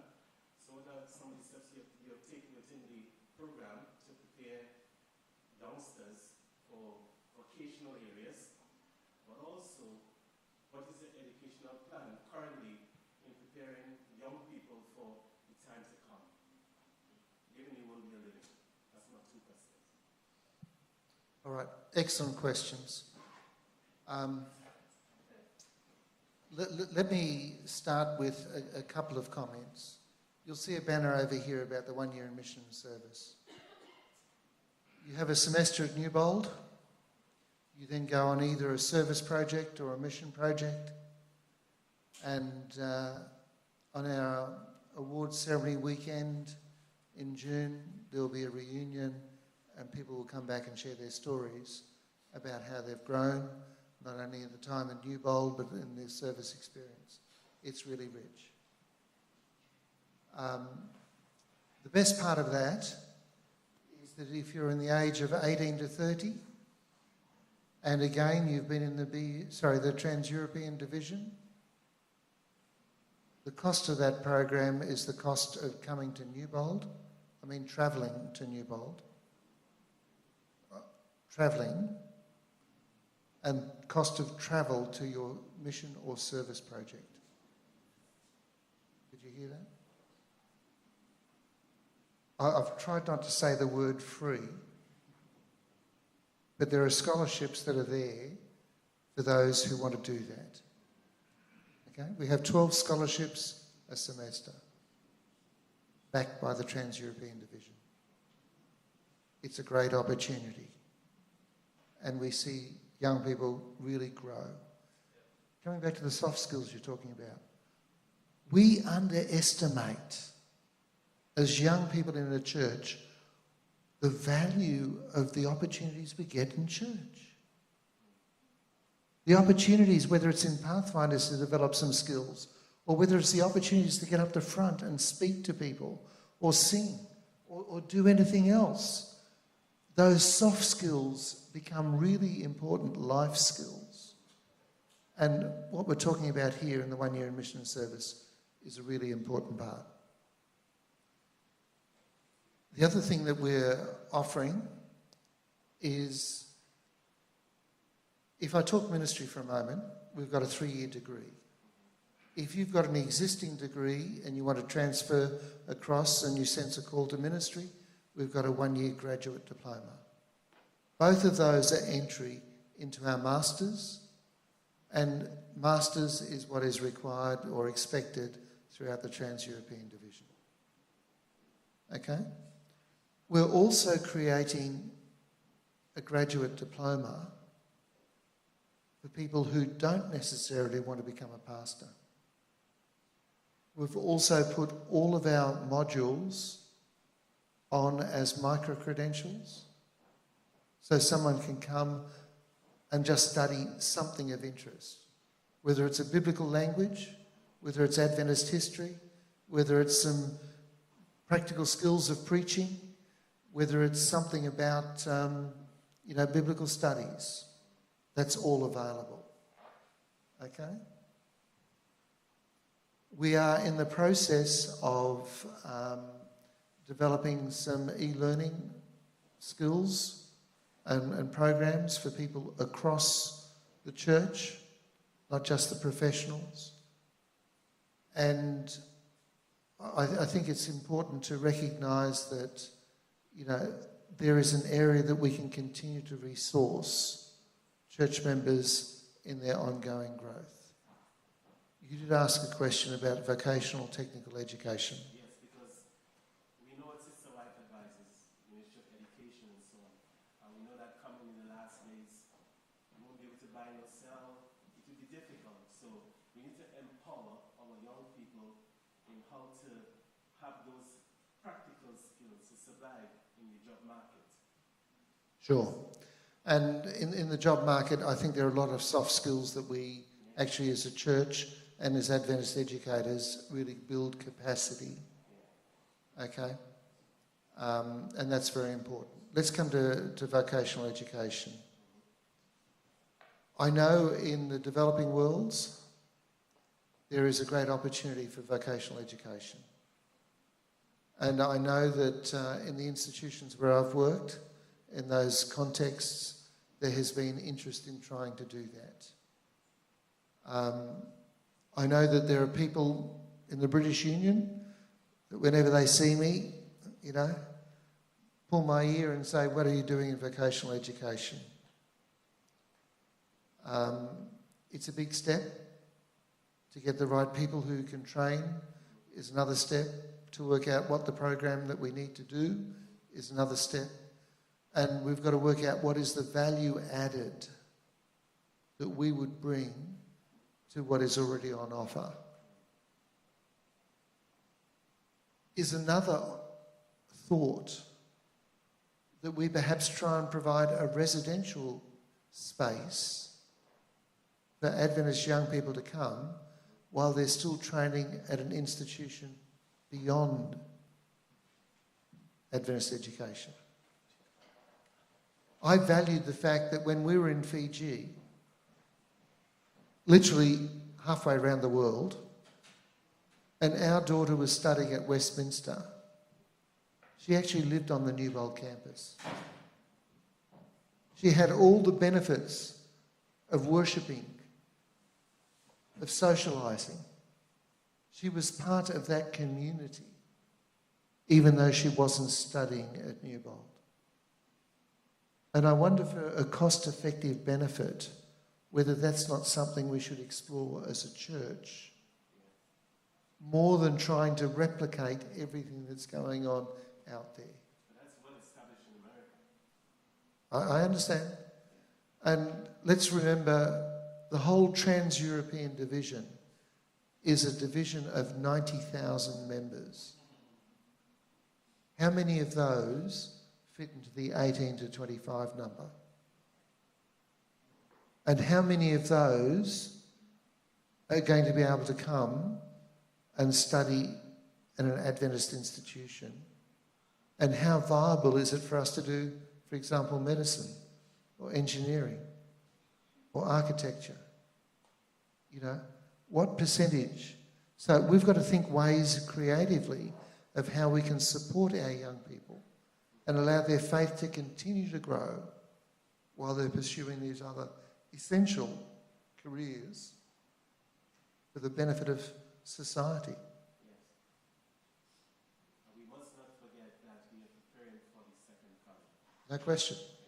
And this is where a faith-based experience is. And so, I would encourage young people to think about a gap year and maybe come on our one-year mission service. It may turn out to be 6 months, it may be a little longer than that, depending on what your circumstances are.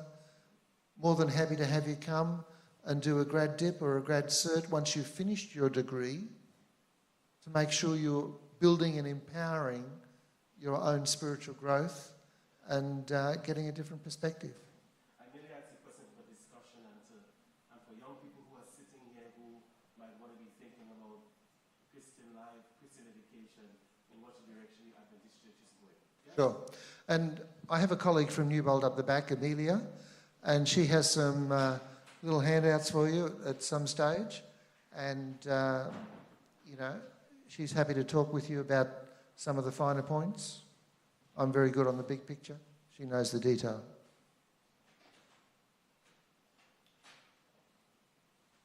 It's not 100% in response to the question, but I just thought of it as well. I mean, one of the things that in this education sphere would have helped, I know would have helped me moving to university, is some preparation on, because we're called to be salt of the earth, right? And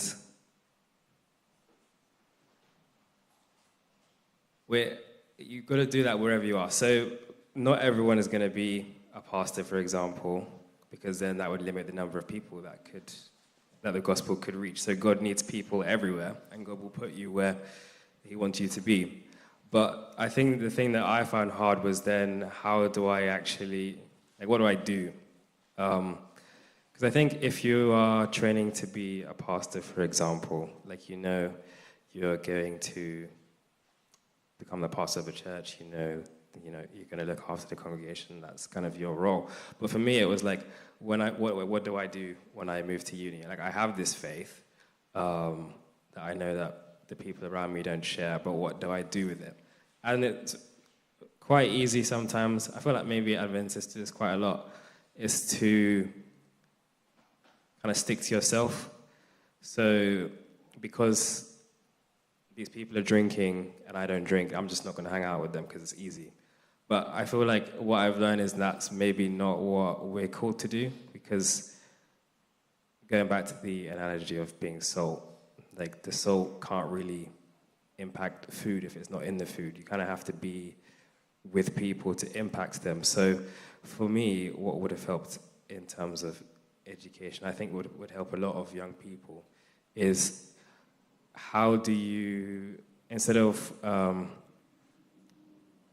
like just looking out for yourself and protecting yourself and what you believe, but how do you actually then go into the world where people believe something different to you? You're going to get challenged. You're going to be by yourself. Like, your parents aren't going to be there all the time to help you. Maybe when you go to church, you know, it's not going to be what it used to. Like, for me, for example, I grew up in Cambridge. It's a very small church, maybe about the same size as this church. Like, you know everyone. You've been to everyone's house. It's that type of community. And then when I moved to London, I walked in, didn't know anybody. Nobody really spoke to me. I'm quite a quiet person. I'm not really the type that goes up to people. So then for about the first year, church became probably like the worst place for me. Like, I hated going to church. And I stopped going because it's like, this is the place that I grew up being used to being like the place where I feel most at home. And now I hate it because I don't feel like I've really made any connections. And for me, that was a really challenging time then, because then now I'm facing opposition in university. I'm not with people that believe the same thing. And then when I go to this place, there where people are supposed to believe the same thing as me, now I'm also not feeling at home. So I've had probably about a year where I really had to like dig deep and figure out what I believed and what I wanted. I'd say it's a lot better now, but I think it could help a lot of people to, maybe when you're growing up, if you're like a parent or something, I don't know, like, focus on trying to teach younger people how to operate in the world rather than just about learning just for the sake of learning, because we're called to try and make disciples, but I feel like that's kind of lost sometimes, and we just focus on being Adventist when God wants to reach everyone, like even people of different religions. And that's the thing that we're not really taught how to do very well when we're young.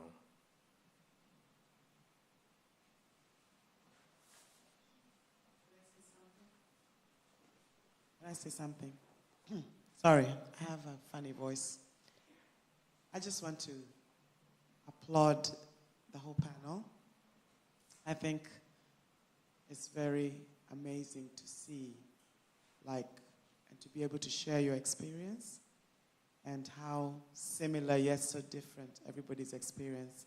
And we're seeing your daughter's experience through your eyes. By the way, St. George's is my alma mater for my postgraduate, and I did go. It's on a Thursday. Our slot was Thursday afternoon in the cadaver room. It's in the basement. Spooky, depending on who you are and how you look at it. Whether you're dealing with the male body, female body, yeah, interesting stuff. So yeah, but I just wanted to say what I've gathered. The young people are being very quiet, and they're not that many. So I'm just thinking what I've gathered, so that I can share with other young people who are not here, is to do your homework. Like prayer is not enough, because Adventists, we have this thing about praying. Let's pray about it, and let's pray about it. And maybe we don't do an aid, and I guess you gave an example of how going back you might have done more, if you knew what was coming. I also think, like you just, I can't remember your name. Which one is Osei? Which one? I don't know. I can't remember. Oh, you, the medical student. Sorry? Thomas. So Thomas, you mentioned something about parents. And that's what as you're mentioning, that's what I thought of saying. Parents, sometimes we don't do enough for our young people. And I recently joined a meeting that Myron and Lindsay and a few other people. And I was shocked as to how many parents didn't join, because they're trying to start a kind of like a group or a movement. Can I use that word? For the university students, like the Adventists. But there's a couple young people who are spearheading it, and they're doing really well. And that has always been my burden when Aidan went to university, and Dylan is now getting ready to go. There's not much support, even at St. George's. Obviously, I used to go, I was a day student, but I knew about the Christian whatever, but there wasn't much Adventist presence, even though the Balaam, Tooting, the area around there is full of Adventists, big churches, but there are none in the university. So we're kind of bringing up our children, and then we talk a lot about how the young people have left the church. But what are they supposed to do? They kind of get to A-levels, then you're sent off to university. There's nothing. If you're not motivated enough to go to church, wake up and not even drive, because most of them don't even have cars, dress up in the winter. It's bad enough for those of us who get up and get in our cars. So I have taken that as part of my challenge, especially now that my second one is going. So that's why I joined that meeting, to see what can be done and how we can be involved. So I'm really grateful that you guys managed somehow, especially COVID and everything. But my question to you guys is, in hindsight, what do you regret? I want to flip it, because we've been very positive, and I know there's some dark days and all kinds, but what do you regret? So maybe the one or two things you regret, what would you have done differently, knowing what you know now? Before you answer, open days, parents, open days, go. Dylan wants to do economics. I don't know what economics is. So I had to go so that I can be informed, so that you can support, but also go when you feel the vibe. We went to different, and even though Aidan went to Bristol, when we went with Dylan to see Bristol, it didn't feel as fitting immediately for Dylan as it did, because they have different likes and everything. So visit uni, I like what you said about that, but regret, that's what I want to know. Because if you know what you regret or what you'd have done differently, then that will help those who haven't done it to not have that same regret. I feel that, you know, there's a lot of educated Adventists in London. And I believe there's a lot of them in university, but what is going on, I feel, is that they all have their own key, and they all have their own society, and sometimes it's so difficult because people are not being honest, and people are not saying the truth of what's happening. And I feel that you know, people just need to be honest with themselves, because we do have a lot of Adventists all over London. But I feel that, you know, because of the way the church is and the way people are, and it depends on the individual. Some people like to be, you know, on their own and just, you can be intelligent just by yourself and just enjoy your own company. Whereas you have some people who like to be around lots of different people. And it doesn't matter, they could even have a first-class degree. It's a challenge for some people. So I feel we all need to pray about our young people, because I feel that we are going through a very serious time and people are just not being truthful. And that's what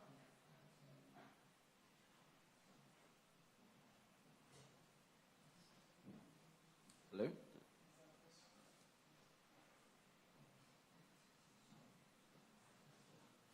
Okay, so look, I think first of all, thank you for your comments. There was one question I heard, what I regret.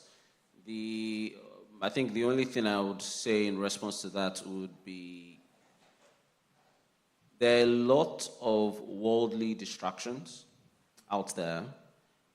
And, you know, looking back, the main thing to say with respect to that is, you know, they open up your soul to all sorts of distractions that, you know, ideally God does not want us to be exposed to. So, you know, talk about all the distractions from, you know, parties, movies, boys or girls. I mean, there's just all sorts of things, you know, that the world has to offer. So I'll say that, you know, whether you're in high school or university or, you know, perhaps you've even started working, you know, I'd say that, you know, at least from my side, you know, what I'm looking back onto, you know, I think what I'm looking back on to say is simply that exposing, you know, getting yourself exposed to all of these things, you know, really can lead to unnecessary distractions. And, you know, except you have a really strong foundation in God, and you hopefully, you know, like the Word of God says, God can cause all things to work together for our good. So irrespective of where you've sort of gone, you know, God can definitely bring us, you know, back on track. So, yeah, so I hope, you know, that's helpful to someone out there. So that's my one response to the question that was asked about regrets. Yeah, but I would actually say that maybe it's not even less a regret, you know, it's probably more that I have a better appreciation of the value of a relationship with God and what God can ultimately do out of whatever the circumstance, you know, I found myself in. So, yeah.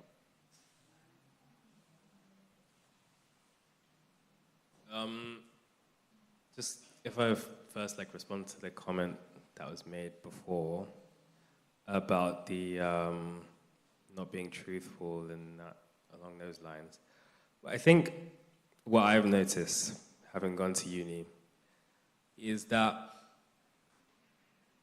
yeah, I mean, there are more than you think, but not a lot of Adventists. But the issue that I experienced, that I think a lot of people experience, which is why they leave, is that there isn't really anything to keep you in church. I don't really mean like the style of music or anything like that. It's more like when you're at uni, you are kind of discovering your identity. You're with other young people like your own age, and you spend 5-6 days a week with these people, you connect. And then you go to church once a week, you kind of speak to people who, yeah, you don't really connect to them that much.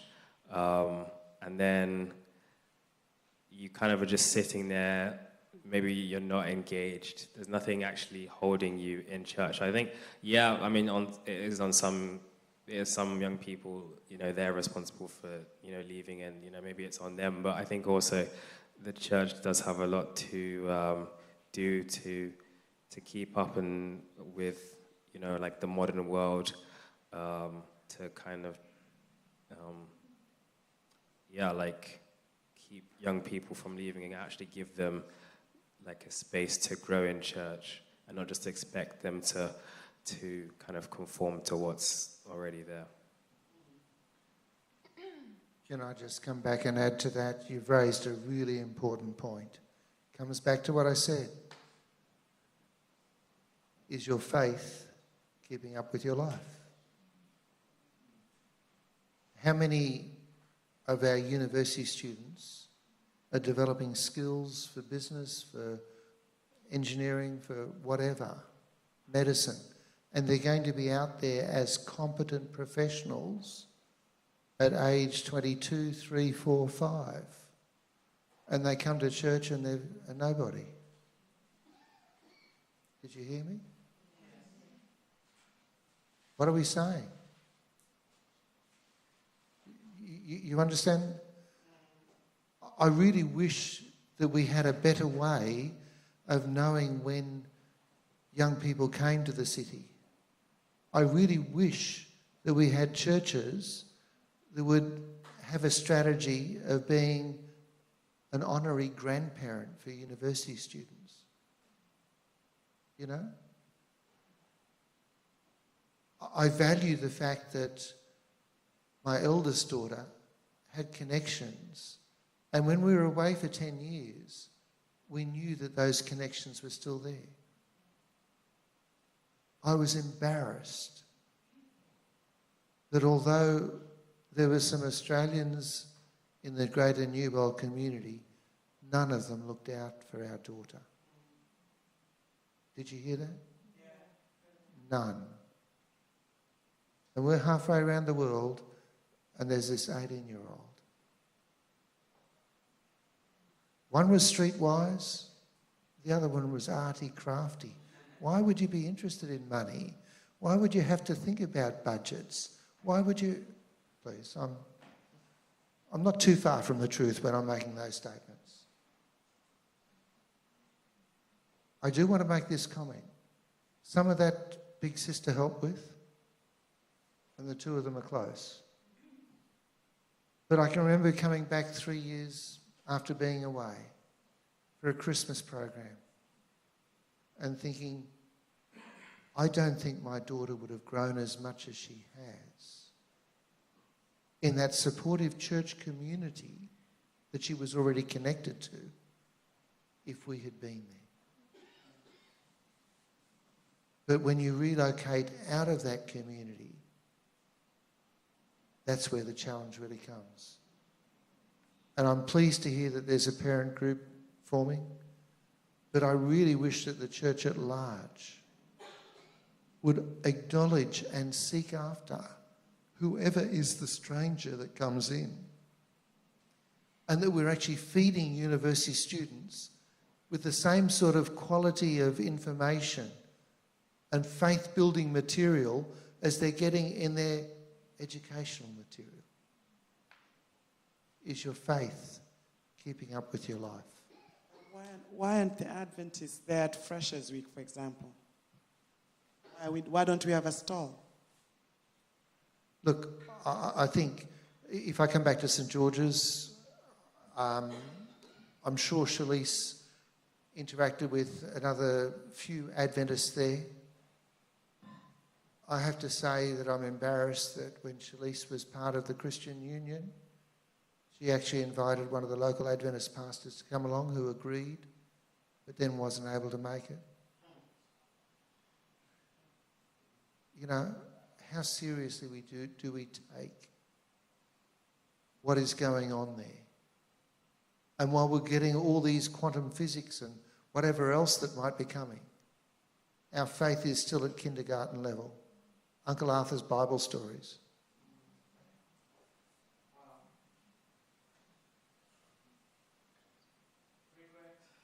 Sorry, I've jumped in again. Just one response to the thing. I think it goes back to what I was saying about sometimes there's not actually anything in church. So one of the challenges that I've faced with like the friends who I mentioned before who actually are receptive to what I say is if I invite them to church, like, I know they're going to come one time and leave. And then I've ruined it pretty much, maybe, I don't know, because I don't know the future. But and then I may have ruined it for like their entire life because there's nothing, as I said, to keep them in church. Because, for example,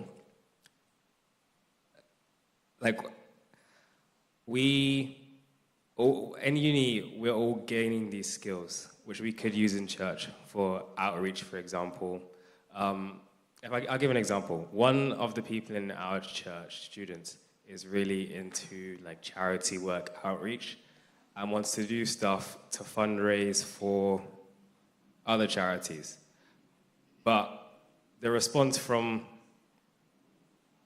the people that we spoke to in the leadership, it was that like the Adventist church doesn't do that. We don't fundraise, we don't do charity work. If you want to do it for ADRA. But her whole thing was she's very passionate about like the local community. And as you know, ADRA doesn't really do anything in the UK. So then like something like that, where someone is very passionate, she grew up Adventist, was very passionate about it. Before then, because I was in the chat when she was planning this thing, she was up like till like midnight for like a week planning this thing, really excited. Then had this meeting, and now I haven't seen her in church again. That was she hasn't stopped coming, but she doesn't come that regularly. And she's like not very enthusiastic and doesn't really want to plan anything again. And that's someone who grew up in the church and they were met with that. So like now, if I invite someone who isn't even Adventist, has never been to church before, like that type of, the fact that there is nothing for them could completely destroy their, any spiritual growth that they've had so far to get to that point. So it's actually, you have to think like, sometimes the church could be doing more damage than good. And so that's what I think what I was talking about, where I think maybe there needs to be some more focus on actually how do we keep young people and then empower them to actually grow and become disciples themselves and then be ready to make other disciples, which I think is not really focused on that well. So I think that's why a lot of the young people leave, because there's not really that much going on. So I don't think like just if everything stays the same as it is, you can advertise as much as you want to, but it's one thing getting people to come to church, but then actually getting them to stay is what the actual challenge is, in my opinion. Okay, this will have to be one of the last comments. Sure, it'll be short. My one comment is this. Everything you've said is very valid, and we want to make sure that every time we invite someone, it is really, really valuable. But I want to come back and make a youth ministry concept, which is even sharper for university students. Anyone coming into the church, I'm talking from, you know, let's say they've grown up in the world and they want to become an Adventist. Every question they ask is a valid question. We're always happy for them to ask those questions. You've talked about the fact universities sharpened your faith because everyone's been asking you questions. But there are times you're probably going and asking other people questions to resource your answers to these things. And too often growing up in the church, we ask a question and people say, but you ought to know the answer. Or we are not confident that we can answer the question. And so we hedge the bets. It's not acceptable to ask questions about our faith growing up in the church. It's acceptable to ask them coming into the church. We've got to change that culture. Every question someone asks is a genuine question and deserves a genuine answer. Does that make sense? And too often it threatens us because we don't know the answer. I don't always know the answer, but let's go on a journey together. Thank you, everyone. And thank you, everyone, for... Thank you, everyone, and thank you to the panelists for coming today to speak with us. I just ask that, from KRRISDAC's perspective, we all say thank you, and thank you for being with us on this Sabbath day. And can I ask probably someone from KRRISDAC actually to close in prayer?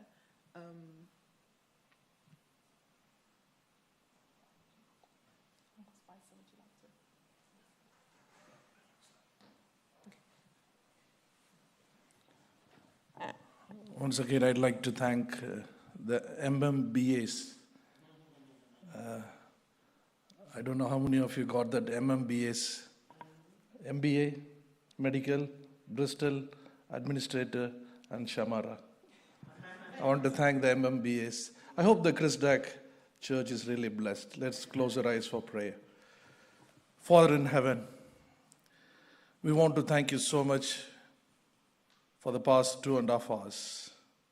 What a great testimony and experience, insight and thoughts and advice and suggestions. Father, we want a special blessing upon the youngsters of KRRISDAC, the friends and family who listen to that. May we take some lessons, some new insights so that we can plan and prepare. Lord, we know that the Adventist education is the best because it is the harmonious development of physical, mental, and spiritual. We want to thank you for the opportunity this Sabbath we had.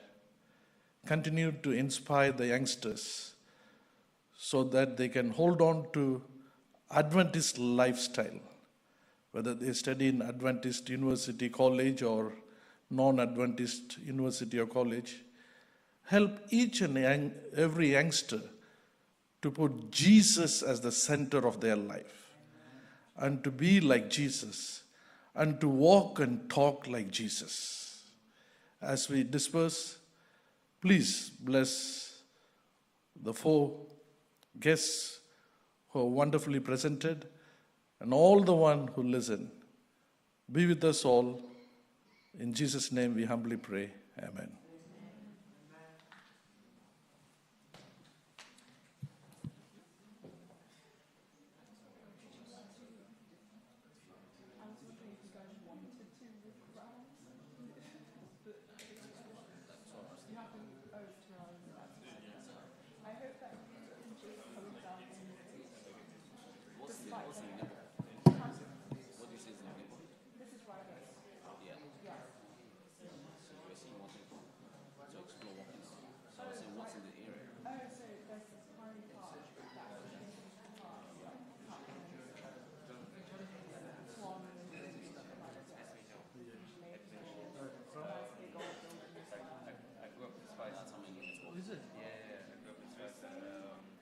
I was 2010 when my parents.